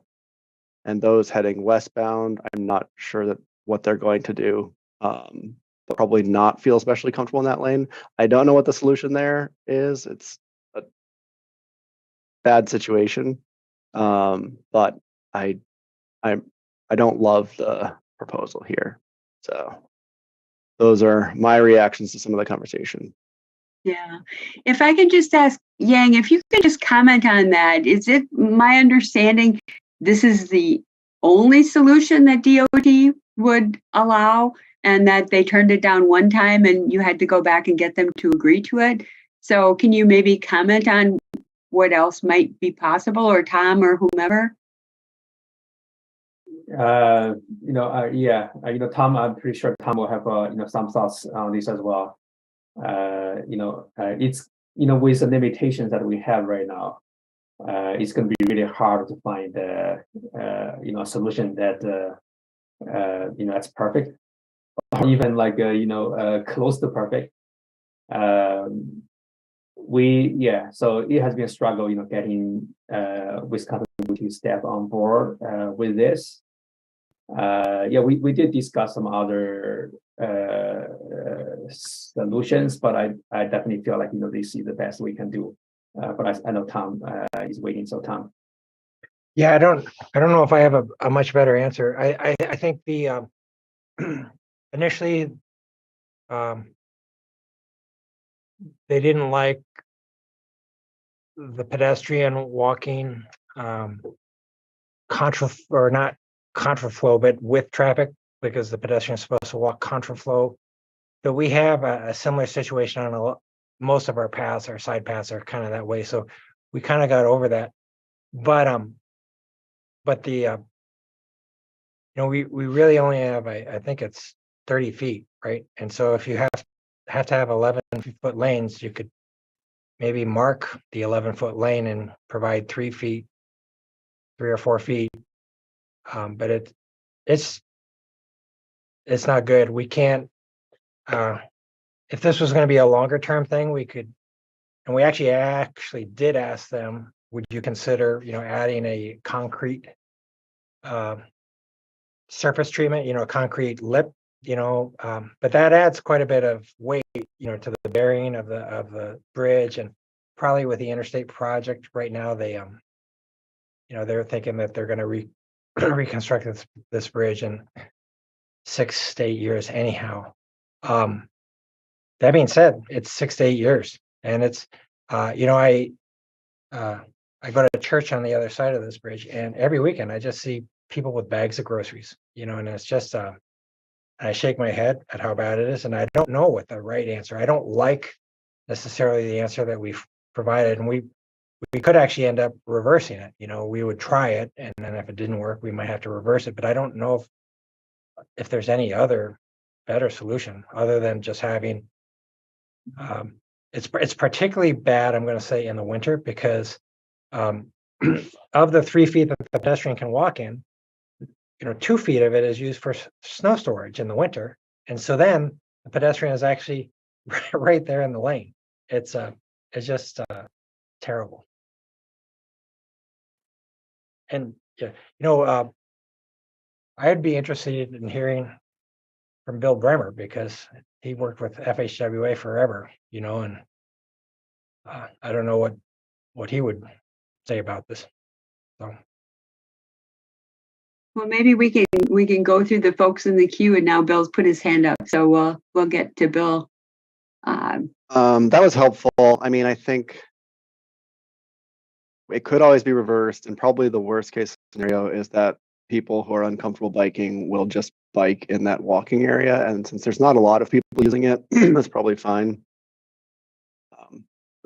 Back to it's not ideal, but maybe it'll work sort of line of thinking. And I noticed Alder Foster's hand popped up when I mentioned the speed humps.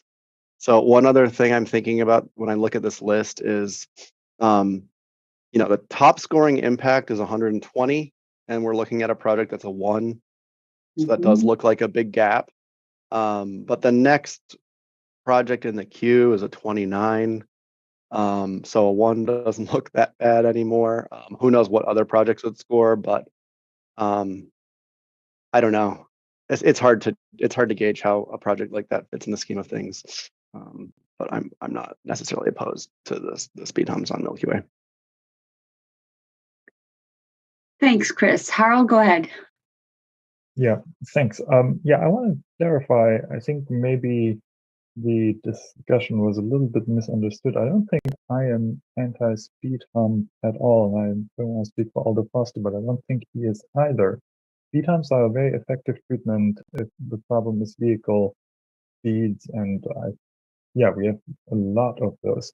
So the problem is not the treatment. The problem is, we have a lot of streets that are built in a way that is too wide. They have on-street parking that's underused, making them even wider. Therefore, we need to manage speeds. The question is, we have limited funding, we have limited staff capacity. The question about speed humps is, where do we put them, in what priority order? And I think that's the question that we're talking about here. So I just wanted to clarify that. Brief comment about Milwaukee Street. I think that was a helpful discussion. I wonder if it would actually be helpful to invite somebody from WSDOT to come here and actually explain the reasoning, because it seems like, yes, it's an imperfect situation, but I mean, part of what's making it more difficult is WSDOT, who in theory is also committed to safety and all of that, blocking us from implementing what might be better. So I just want to throw that out there as a potential thought. I think that would be good for public accountability. Thanks. Yang and Tom I don't even know if that's an option. I think the person that the statewide bike ped coordinator was the one that raised the objection, and that person has moved on. And for her, it was more a state statute. We were asking a pedestrian to break a state statute because they would be walking with the direction of traffic rather than against it. And that person has since moved on. So I don't know who we would get the contact on that. Yeah, I agree that it's going to be pretty hard to get someone we start willing to come talk to us on this. And on state statute thing, we did find I'll see an argument that makes them reluctantly go along with us. So I don't think we're breaking any laws or anything. Okay. So it doesn't seem like that's much of a possibility, huh? Would be interesting, Harold, but it doesn't sound like it's much of a possibility. Did you have anything else, Harold? No? Okay, thanks. Alder Foster, go ahead. Thank you, Ann. I'm assuming you all may have already asked about this as well for that bridge, but and I expect that it's probably a truck route and so needs to have 11 feet lanes as far as the state's concerned, but could that at least be narrowed up to 22 feet instead of 24 and get another 2 feet in that walkway, especially if it will end up being shared with people on bikes, anyway, up to, I mean, I know trucks want the 11-foot normally, but could you even push it to, just have 2 10-foot lanes and really expand that walk area? I think one of the concerns is that there's normally a little bit of a shy distance whenever you're asking a car to drive right adjacent to a concrete barrier. There's typically a shy distance, like for instance, the Beltline has a 2-foot shy distance. And so I think maybe the eastbound lane could be narrowed, but the westbound lane might need a little bit of that width for the shy distance from the concrete barrier. If I think about it, it would be a lateral clearance thing, a 2-foot lateral clearance, I think, according to AASHTO. And so I think we do need to have a 2-foot lateral clearance. All right, yeah. So just if there's a way you can skinny that up, do it. But I wanted to mostly just respond one last time on this question of speed humps. And yeah, Harold is correct. I'm not anti-speed hump. I think most of us know they're one of the most effective ways to reduce speeds. What I'm speaking against is using the Safe Streets Madison program as a traffic calming program or a program that's designed to address high motor vehicle speeds or speeding. That was explicitly what we moved away from with Safe Streets Madison. I understand sort of some of the confusion here. I mean, honestly, a lot of folks just weren't even around when we were going through these before, and I think it actually might be helpful if staff could bring and share with the current commissioners that last round that we had before we switched over, because there's probably 60 or over 100 candidate streets with known speeding problems. Many of them have much higher volume, have low income folks living on them, that we basically said we're not chasing the speed reductions anymore. But if you want to get back into that, I think at a minimum then this Milky Way should be evaluated against all the rest of those streets. and you can get a better sense of kind of where it fits, because right now it's the only candidate for such a thing showing up on here. So I really encourage you to don't take action on approving those at least. And I guess Alder Paulson, we did get Milky Way wrong. Yes, I think it was a mistake to speak against skinnier streets in this new development. This is exactly what we're trying to stop doing, is creating these problems that then require speed humps after. We do need to find a solution. It's not tenable to put speed humps on every street where there's speeding. I'm confident that cars are going too fast on that street. One of the members of the public said they've got 886 cars. We've got streets that were in the speed hump competition that have thousands of cars per day and very, very high speeding. So again, just take a look at that. Not against speed humps, against using this as a speed reduction program, because that's not what it's designed to do. Thanks, Alder. Bill, go ahead. Thanks. I don't know which one I should start with. I agree with Tom's statement about this bridge should never have been built this way, and that is very unfortunate. And I think if the bridge was not to be replaced, let's say in 8 years, maybe it's 10, 8, whatever, if it was going to be longer, there is ways to put things into the bridge deck without destroying the integrity of the deck, but they're expensive. And so as a result, I don't think that will be probably endorsed by WISTA. But that being said, I think something needs to be done on an interim basis. And yeah, it's not a very good solution, not the best solution, but it is a solution I think will help a lot of pedestrians to get across that bridge. And so I think what you have come up with for that, with using the ballards or whatever technique that you have that you put out in good weather and then take it in the fall, I think that will help a lot. And yeah, snow plowing is going to be a challenge regardless. So yeah, I think that's well safe as far as that condition. Milky Way, I listened to Alder Paulson and with Chris, and I think, you know, the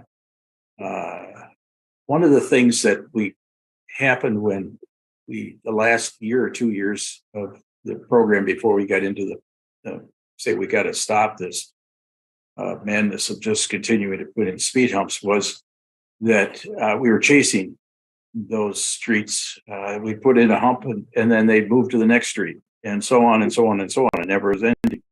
In this particular case on Milky Way, we already have the parallel route, and that traffic is either going to take Milky Way or it's going to take the adjoining parallel route. So I can certainly live with putting in speed humps on Milky Way. So I think that I could do that. I don't have any opposition or concern. I think it's a good suggestion to look at the other projects, the other speed hump requests where we had, and to see if there's anything that looks like it has the same characteristics as Milky Way. In other words, there's no other parallel routes that are, you know, we're not chasing traffic to another, making conditions worse on a parallel street, because that already exists in that road and they have speed humps. So that condition does not bother me, I guess, if we had speed humps on Milky Way. So I don't have any problem with taking another look and see if there's any better or worse. I shouldn't say better, any worse problems that should be addressed before Milky Way. But but I'm not. If we have a couple of speed humps in our program, and they're the best solution, and it's not chasing speed to another route, then I think it's a good solution. I can certainly endorse that. So I think those are the two. I think I agree with Harold on all the other comments you had as far as suggestions, and I think and what Tom had done a good job of trying to come up with good economic projects for these, including the retroreflective backplates. I like those a lot. They're very good. I think those would be very beneficial. So thanks. Thanks, Bill. Robbie, go ahead. Yeah, I haven't said anything partly because this whole discussion makes me somewhat sad and somewhat frustrated on a couple different projects here.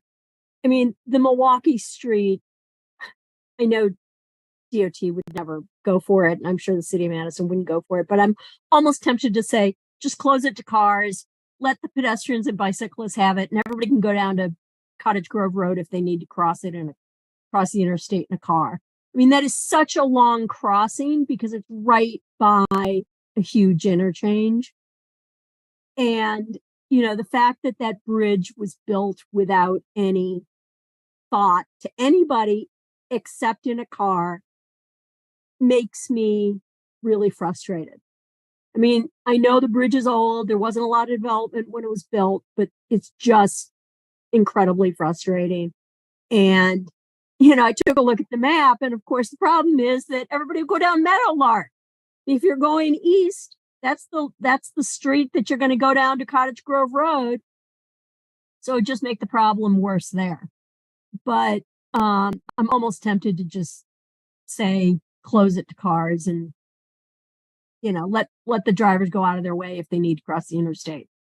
And then, having for years argued that some of these new developments should have narrower streets, not as much on-street parking or one-sided parking, narrower streets to slow things down, and being told, oh no, we need the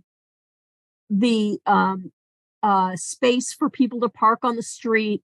Well, now we've got these huge wide streets that are, you know, just speed zones. And a lot of these developments they don't have really a grid system. They only have a couple of north-south streets. So of course those become the speeding centers.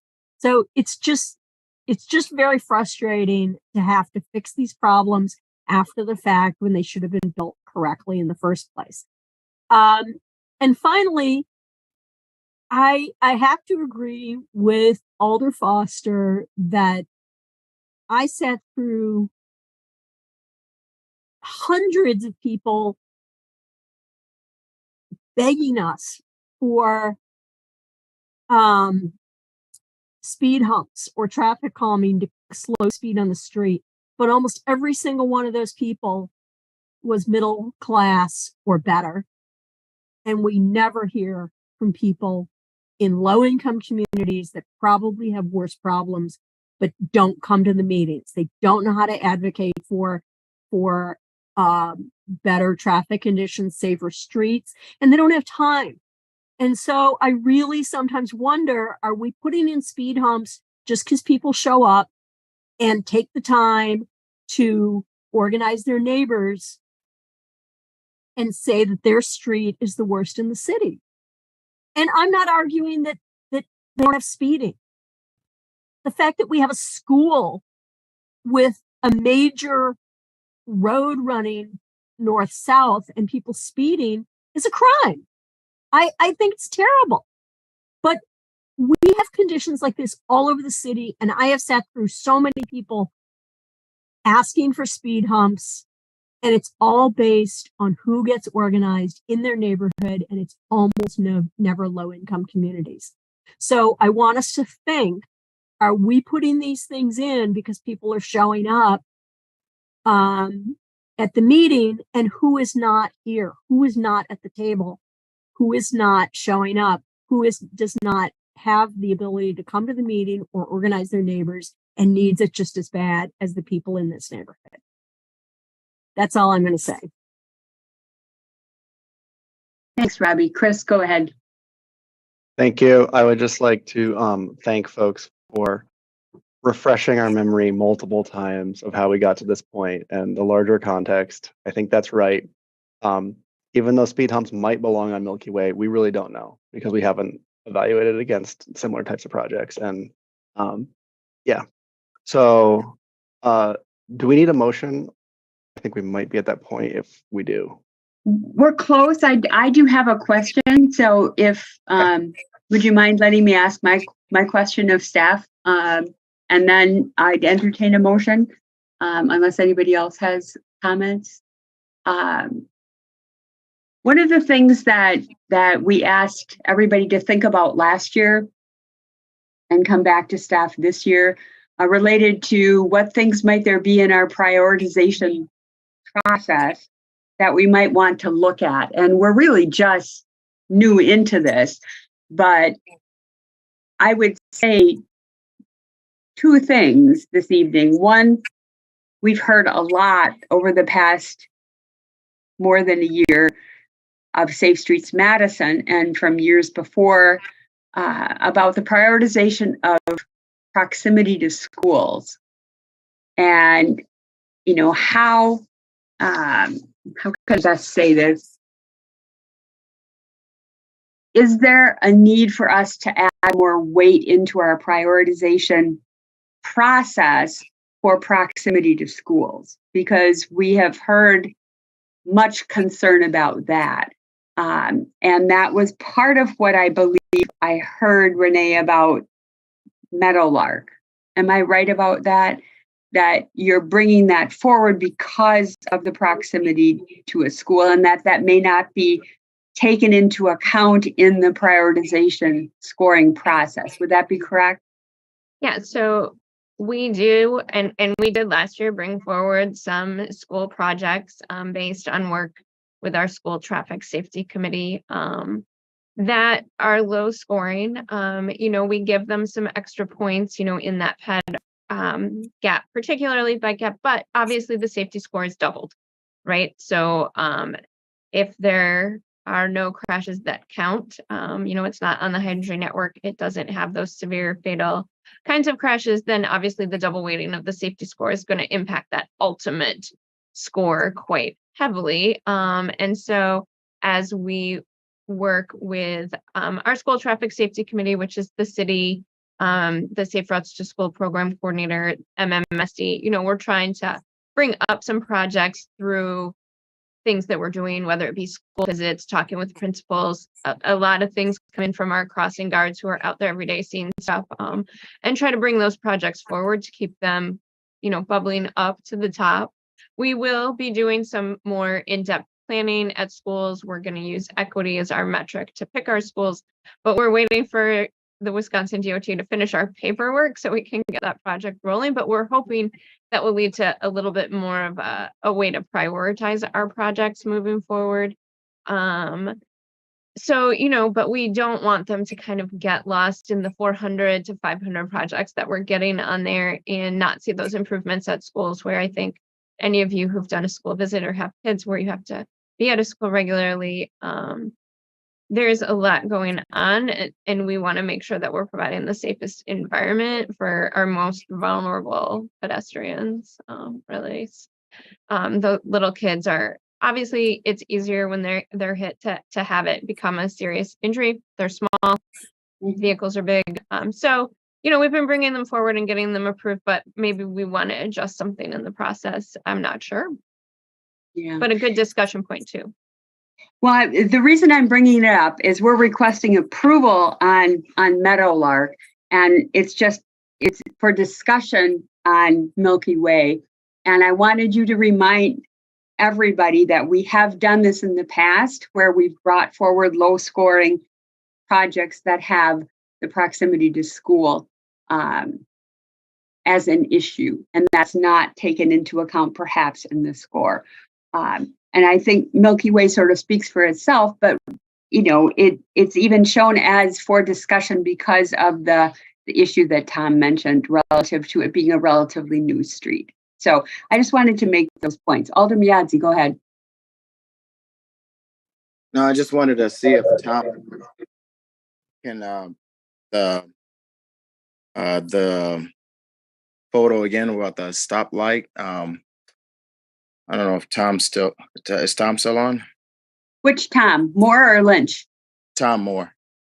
I think he brought up a photo about a stoplight that was on, I believe I don't know what street it was, but I guess he was talking about the island. There was a photo he brought up about a stoplight. It's Cottage Grove. Oh, Cottage Grove. Yeah. Thanks, Alder. Kind of District 3 night here at Transportation Commission. So I think so.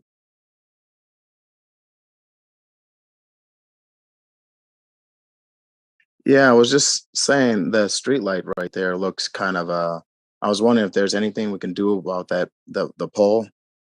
I mean, if the things that you guys are changing, it seems like if you're driving on that street on the eye level, is there anything we could do about that pole as far as probably painting it?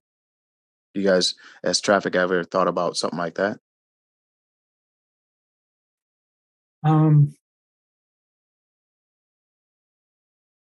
I don't think we've ever done any sort of reflectivity on the signal poles.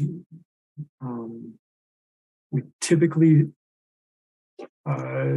we've put in, if we've had issues with crashes at certain poles, we'll put in signs like object marker signs to draw attention to them. But with this project that we're proposing here, we would add an additional signal head over, so we'd have a signal head over each lane. Okay, gotcha. To try to make it more visible. Okay. And I guess the other thing I just wanted to raise about I'm definitely about the speed humps. I'm definitely on Milky Way. I'm definitely I don't oppose that. So I heard a lot of discussion about that. Then also too, I don't know. I heard a lot of discussion about making sure that people's voices are being heard, especially the marginalized community. Who knows? That's probably something we should think about in the future about who exactly are we hearing from and hearing a demographic picture of. I don't know. It's a little bit too much to ask for a racial analysis study on every little thing that the city does, but it would be nice to actually have some kind of when we're talking about outreaching the community, basically hearing from who we've heard about. Like even when the Troy Drive Bridge was done in my neighborhood here, we just approved it last Tuesday on the Common Council.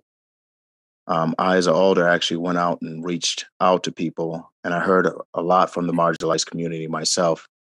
So I can tell you that I heard from people saying that they want that bridge done. So I would like to hear next, if we bring this forward, to actually hear from WestDOT and hear from people to know if we heard from the marginalized community, versus just saying that we've heard from most of the mid-level or not the low income. It'd be nice to actually know what the outreach was done on that in certain projects. But like I said, I'm not opposed to the speed humps, and I would like to even hear what WestDOT has to say about the bridge. I know that the bridge that got done on the north side here, WestDOT, the infrastructure grant was given to that. I think $3.2 million. So I really appreciate that. But so far, I think we had a great discussion about this, and I really appreciate city staff's work on this. Thank you. Renee and Tom, could you maybe talk a little bit about, you talked about projects that will be coming in phases 2 and 3, where you're doing community outreach. Is there more community outreach done on larger projects? Do you want to talk about that community outreach a little bit? Yeah, sure. I would say, for the smaller projects, kind of the community outreach in more underserved neighborhoods is really with our neighborhood resource teams who forward us projects and are kind of the conduits to that. We don't do a ton of outreach. For smaller projects.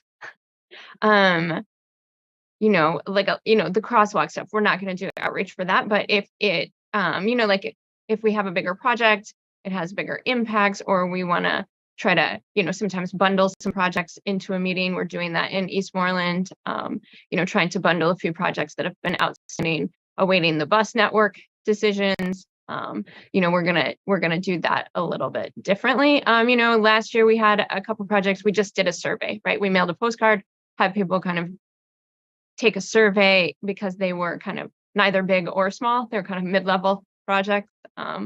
So we do vary it because we do so many small things. We're not gonna do 25 public meetings if we're upgrading the crosswalks at some bus stops. But we are trying to do more of that, and we're trying to liaison more with our neighborhood resource teams who have relationships and hear things more from the neighborhoods. And we've got some things that are forwarded onto us. And we've done some projects. Last year we did some projects that came from the neighborhood resource team. We had, the Teresa Terrace RFB came straight from the neighborhood resource team to us. The Cannonball Path Crossing came from, they heard it from the school. And so it came in that way. So we are trying to make sure that people are growing aware of this program and the changes in it and how it works, and that it's not the same old program that, what's the traffic calming? You had to talk to your neighbors and get a petition. We're trying to really get the word out more about that. And I think things are coming in from alders too, who are connected to their constituents. So hopefully it will grow with time. Okay. Great. Other comments or questions? Okay, we've had a lot of discussion. I would say that now would be a good time for a motion. And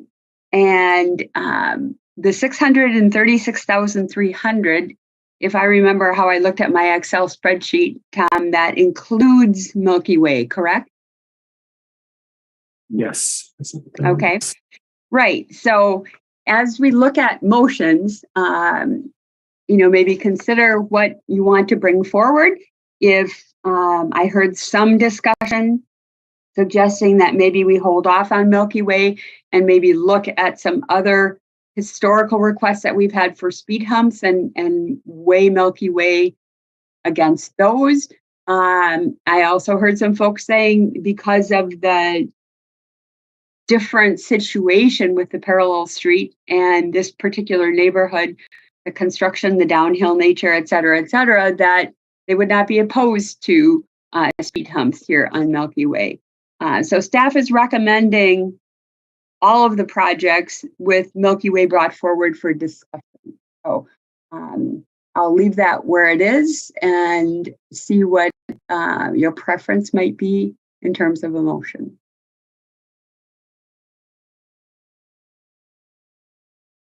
Who's willing to make a motion? Chris. So I will move approval of all the projects except for number 14, Milky Way. Do we have a second to that?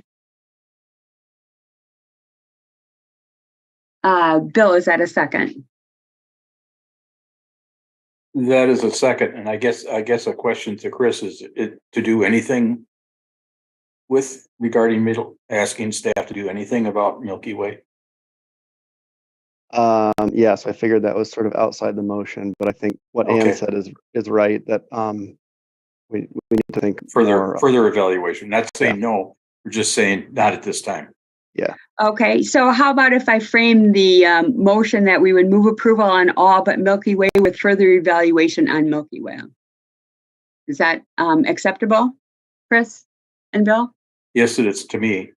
Okay, so we have a motion to approve all the projects except for Milky Way, so that would be 606,300. Would that be right, Tom? I'm doing that math really quick. With further evaluation done by staff on Milky Way. So discussion, or did you wish to speak to your motion, Chris?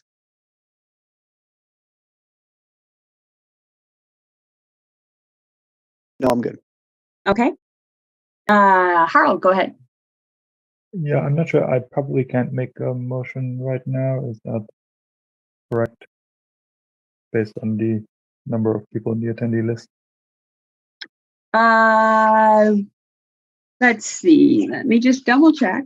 We have 1, 2, 3.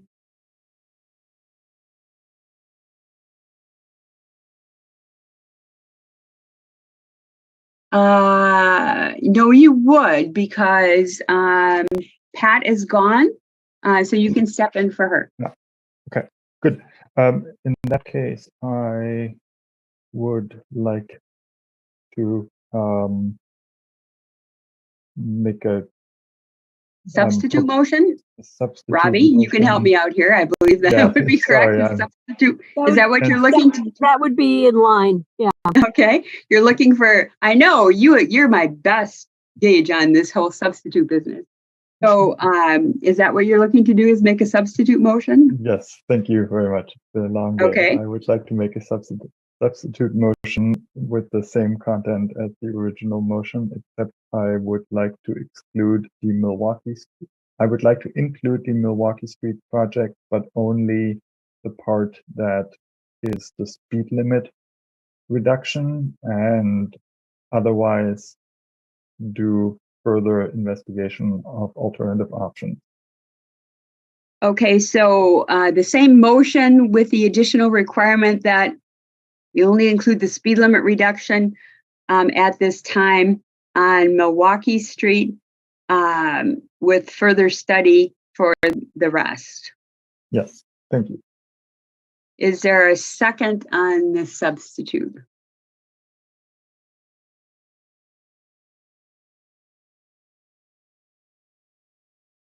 Chris, is that a second? Okay, so first we need to vote on the substitute, which is the change that Harold is, if I've got that correct, both Robbie and Steve. Harold, you have your hand up. Did you have more?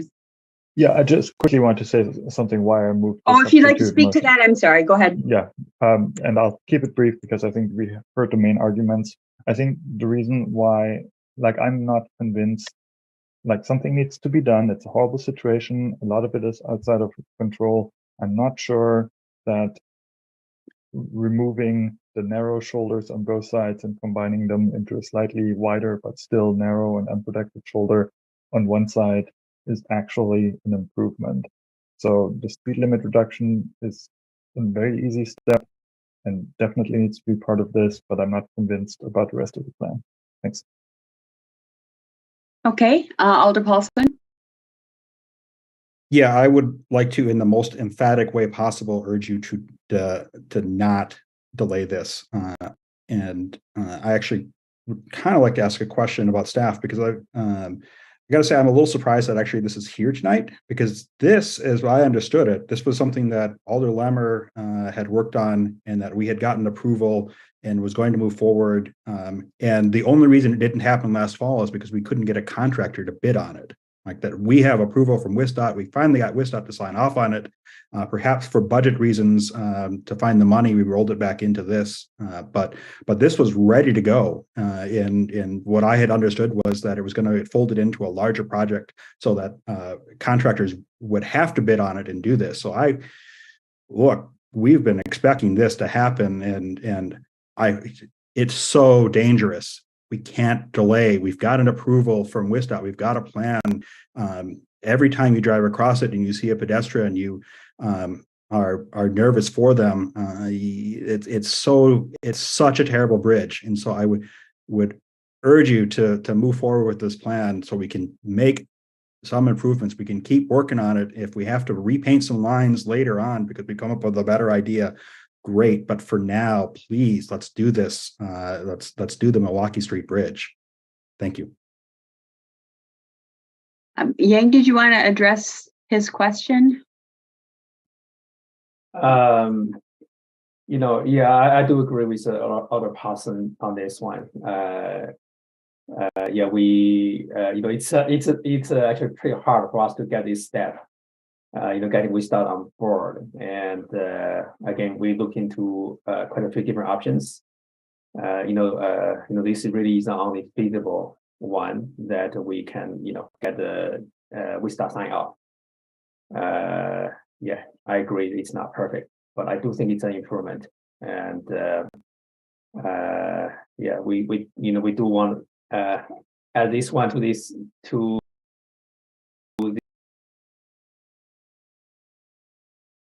a small project like this. Yeah, I do hope you will approve this tonight. They've been waiting for long enough for many reasons. At meantime, yeah, I do think Harold has a good point, right? Speed reduction is very critical and will be helpful. We'll look into that. Okay, thanks. Thanks, Yang. Alder Miadzi, go ahead.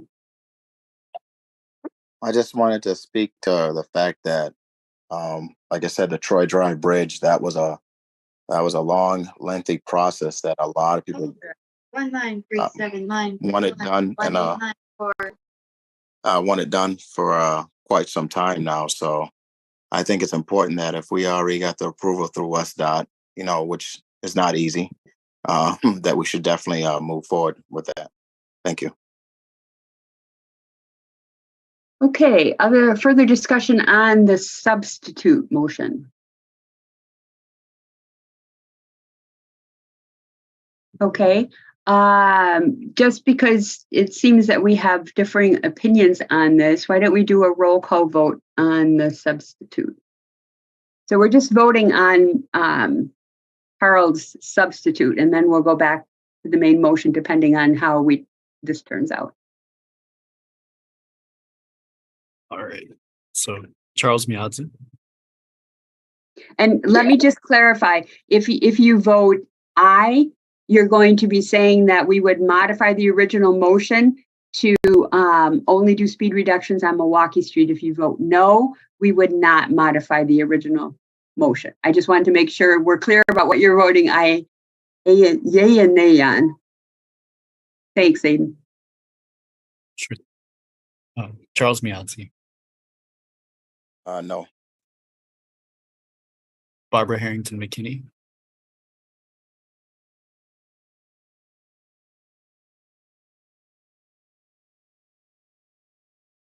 Alder Harrington McKinney, are you there? Yes, I'm here. I'm going to abstain. Chris McCahill. No. Denise Jess. No. Robbie Weber. No. Bridget Brown. No. Bill Bremer. No. Harold Cleaves. Aye.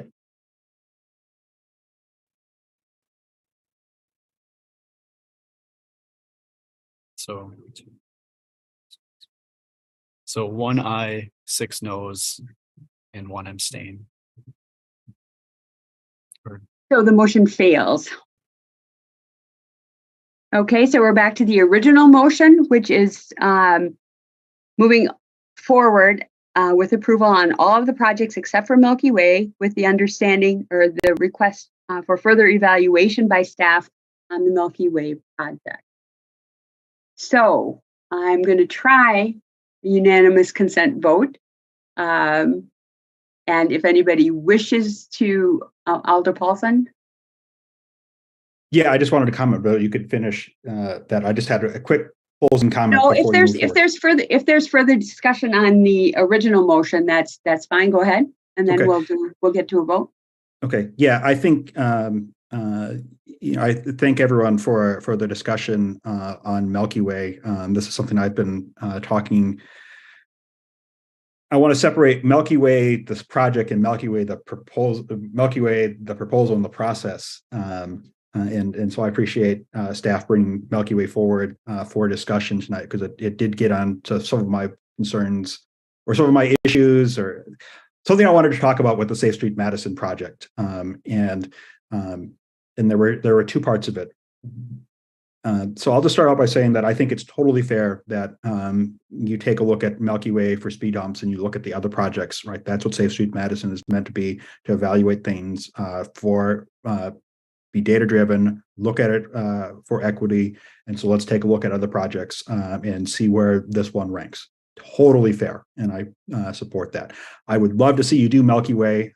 And so I was excited for the possibility of you doing Milky Way tonight. But if the commission wants to take a longer look, totally fair. And if there are better places to use this, so be it. I had two concerns.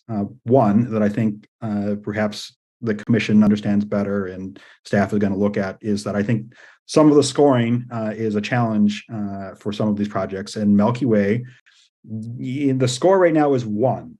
I think the score should be higher than 1 for reasons that I've talked about that don't show up in this spreadsheet, right? Which is tough for me when I'm trying to explain to my neighbors and my constituents, hey, what's going on here? Why is this scoring a 1? And there's all these other factors in it. And I don't know how you address that, right? Part of what I do in my day job is what's called modeling. And so I think about how do we distill the world into simple facts to try to store them in the computers.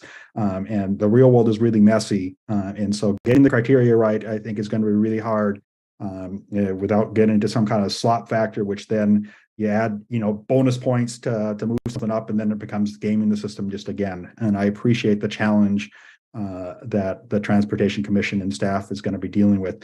But again, Milky Way is scored too low, and I don't know where you fix that, but it is because of the extenuating circumstances, it needs to be addressed. And I hope that the commission can find a way and staff can find a way to help it find a more natural place in that hierarchy. And that may be that, like, we're not going to get to it in 2023. And gosh, I hope we can get to it by 2024. But I appreciate that the list of projects is very long. So I hope you can do it. But I want you to do it, with your mission towards the entire city, and then get to it. And then I won't belabor this point for very long because I know it's the late night. But one of the other challenges with Safe Street Madison is that these projects that are deep down on the list, we've got 400 projects, and they're so far down the list, they don't score all that particularly well, nor projects are coming in.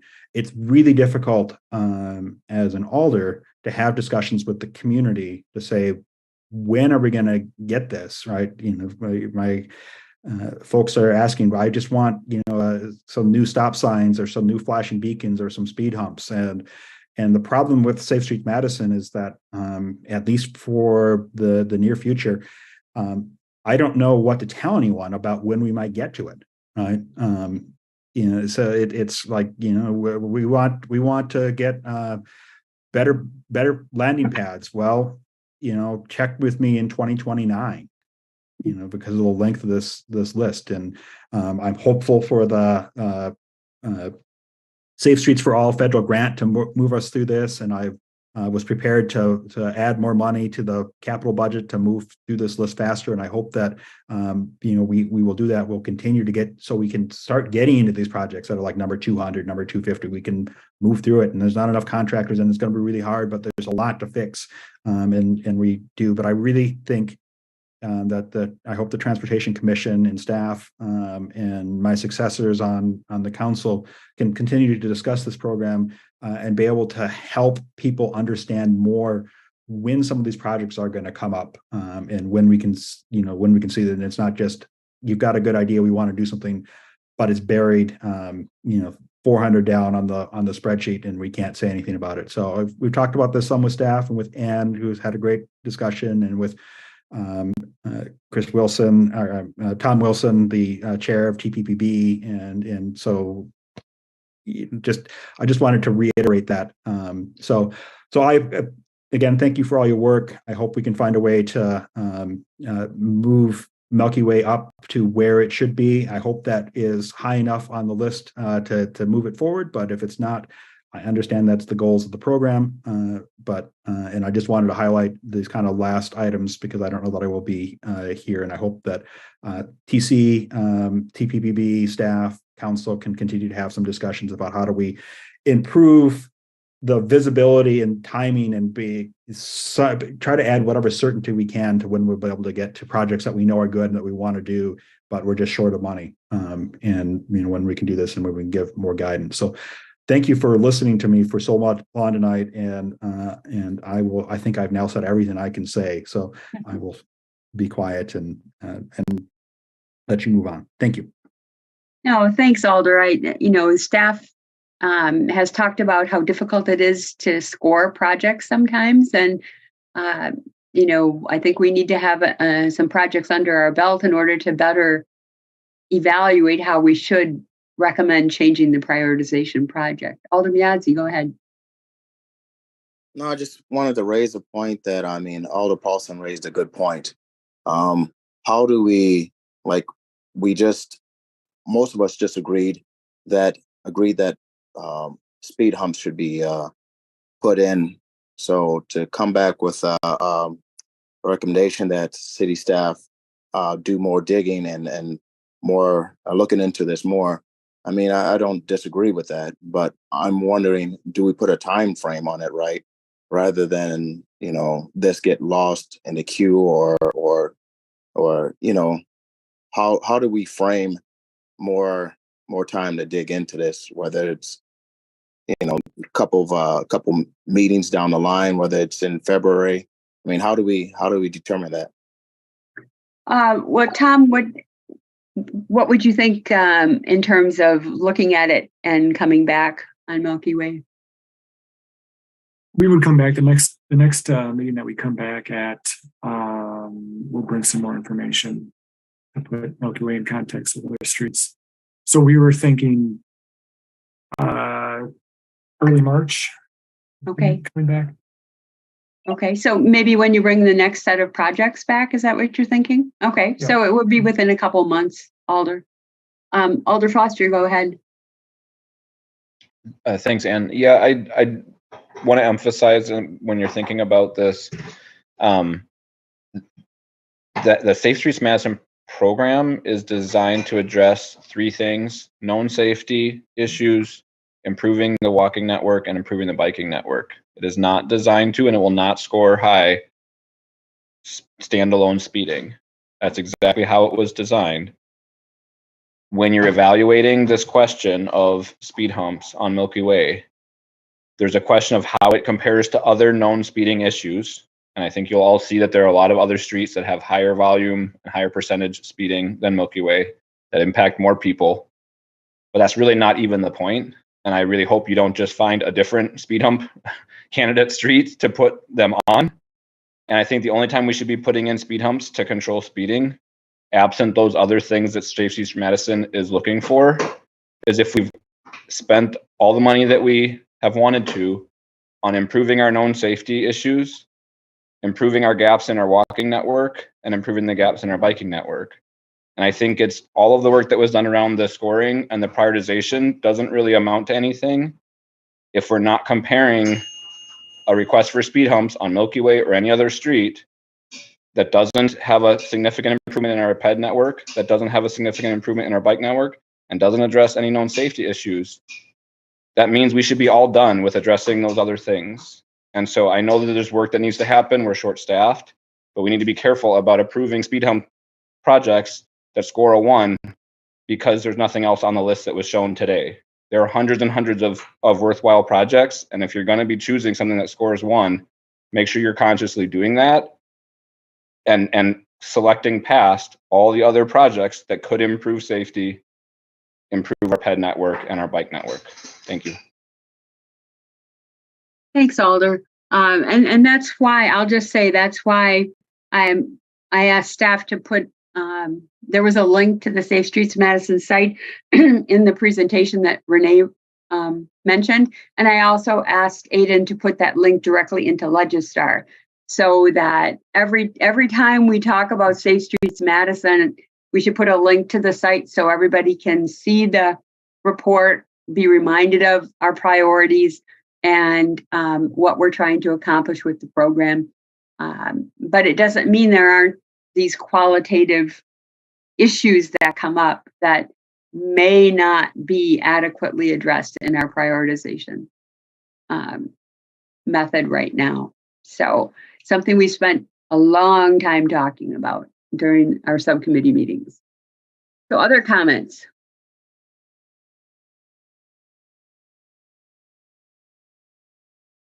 Okay, I guess I'm going to just go right to a roll call vote because at this point, I'm not sure who supports or does not support. The motion right now is to approve all but Milky Way with further evaluation requested by staff on the Milky Way project. So, Aiden, why don't we just go to a roll call vote and then we'll be sure. So Charles Miazzi, Aye. Barbara Harrington McKinney, Aye. Chris McCahill, Aye. Denise Chess, Aye. Robbie Weber, Aye. Bridget Brown, Aye. Bill Bremer, Aye. and Harold Kleems. Aye. Okay, I guess I could have just gone with a unanimous consent vote. Thanks for indulging me there. I wanted to make sure we were all on the same page. Really great discussion about a lot of really important topics, from reminding us that we want to remember to think about what voices aren't at the table, to what is the what are the prime priorities and the highest priorities of this program, to what we can do when WSDOT gets involved and has to approve a project. So a lot of great discussion, and we'll be seeing more on Safe Streets Madison in the March timeframe. Is that correct, Renee and Tom? Yep, that's our intention, is that we would be back in March. Yep. Okay. And Alder Paulson, we appreciate how difficult it is to tell constituents when their project may come forward. But that's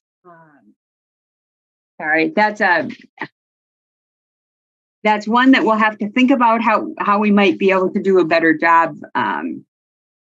But at this point, with staff resources, that's when we're really going to have to think about how we might be able to improve it. So, all right, thanks everybody.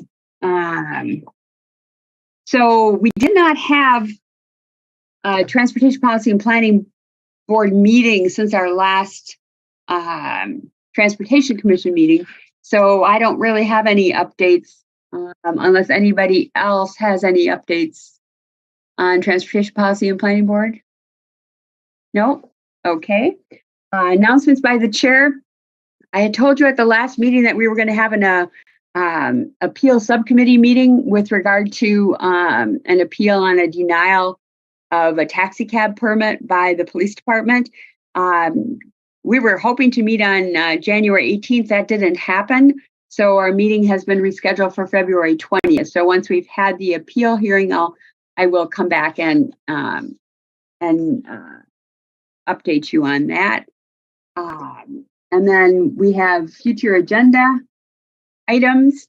We don't have anything at this point other than referrals from the council and potential public works projects. So we'll certainly be evaluating the need for a meeting on February 8th when we get together on the 30th for our agenda meeting.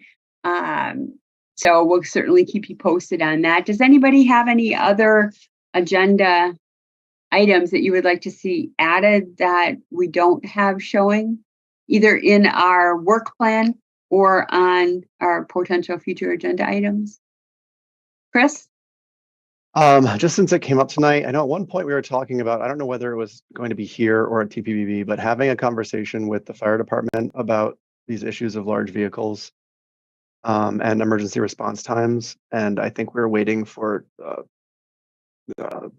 change in leadership or something, but just wondered if we wanted to revisit that at some point. Did we lose Alder Foster? Tom Lynch, I believe that we decided that would be better aimed at the Transportation Policy and Planning Board because that seemed like more of a policy issue. at the city level. But we certainly could hear it at Transportation Commission because Safe Streets Madison is within the purview of the Transportation Commission now that it's in place. So why don't we talk about that? Yeah, it is on the list of potential subjects for the TPPB. Okay, so I guess that'll go to TPPB and then maybe come back to TC once there's been a discussion there. Okay, Harold, go ahead. Yeah, maybe this fits into this. I was wondering, do we have a joint meeting anywhere on the horizon? Because if we do, then maybe, yeah. We could talk about it, or a joint meeting, that would be possibility. There has been some discussion about that, and I plan to, we didn't have a lot of staff available for our last agenda meeting, so we didn't talk about it at that one. So we will talk about it at this next meeting, because if, in fact, we don't have a lot of stuff that TC has to deal with, the February 8th meeting could potentially be a joint meeting date if enough folks from the Transportation Policy and Planning Board are available and it's needed. So we'll talk about that at our next great question, Harold, and one we've been talking about. So we will definitely talk about that at our next agenda meeting. Okay, anything else? Okay, as usual, a great meeting tonight. We need a motion to adjourn. We have Harold and Robbie and Bill and Alden Yazzie. Everybody's weighing in with motion and a second to adjourn. We'll let it go to Robbie and Bill. There's a motion and a second, and I'm assuming unanimous. Second. I know the mayor, I think she sort of rotates it around. So we'll assume a unanimous consent vote, and thanks everybody. Again, great discussion and very much appreciated. Take care. Bye. Bye.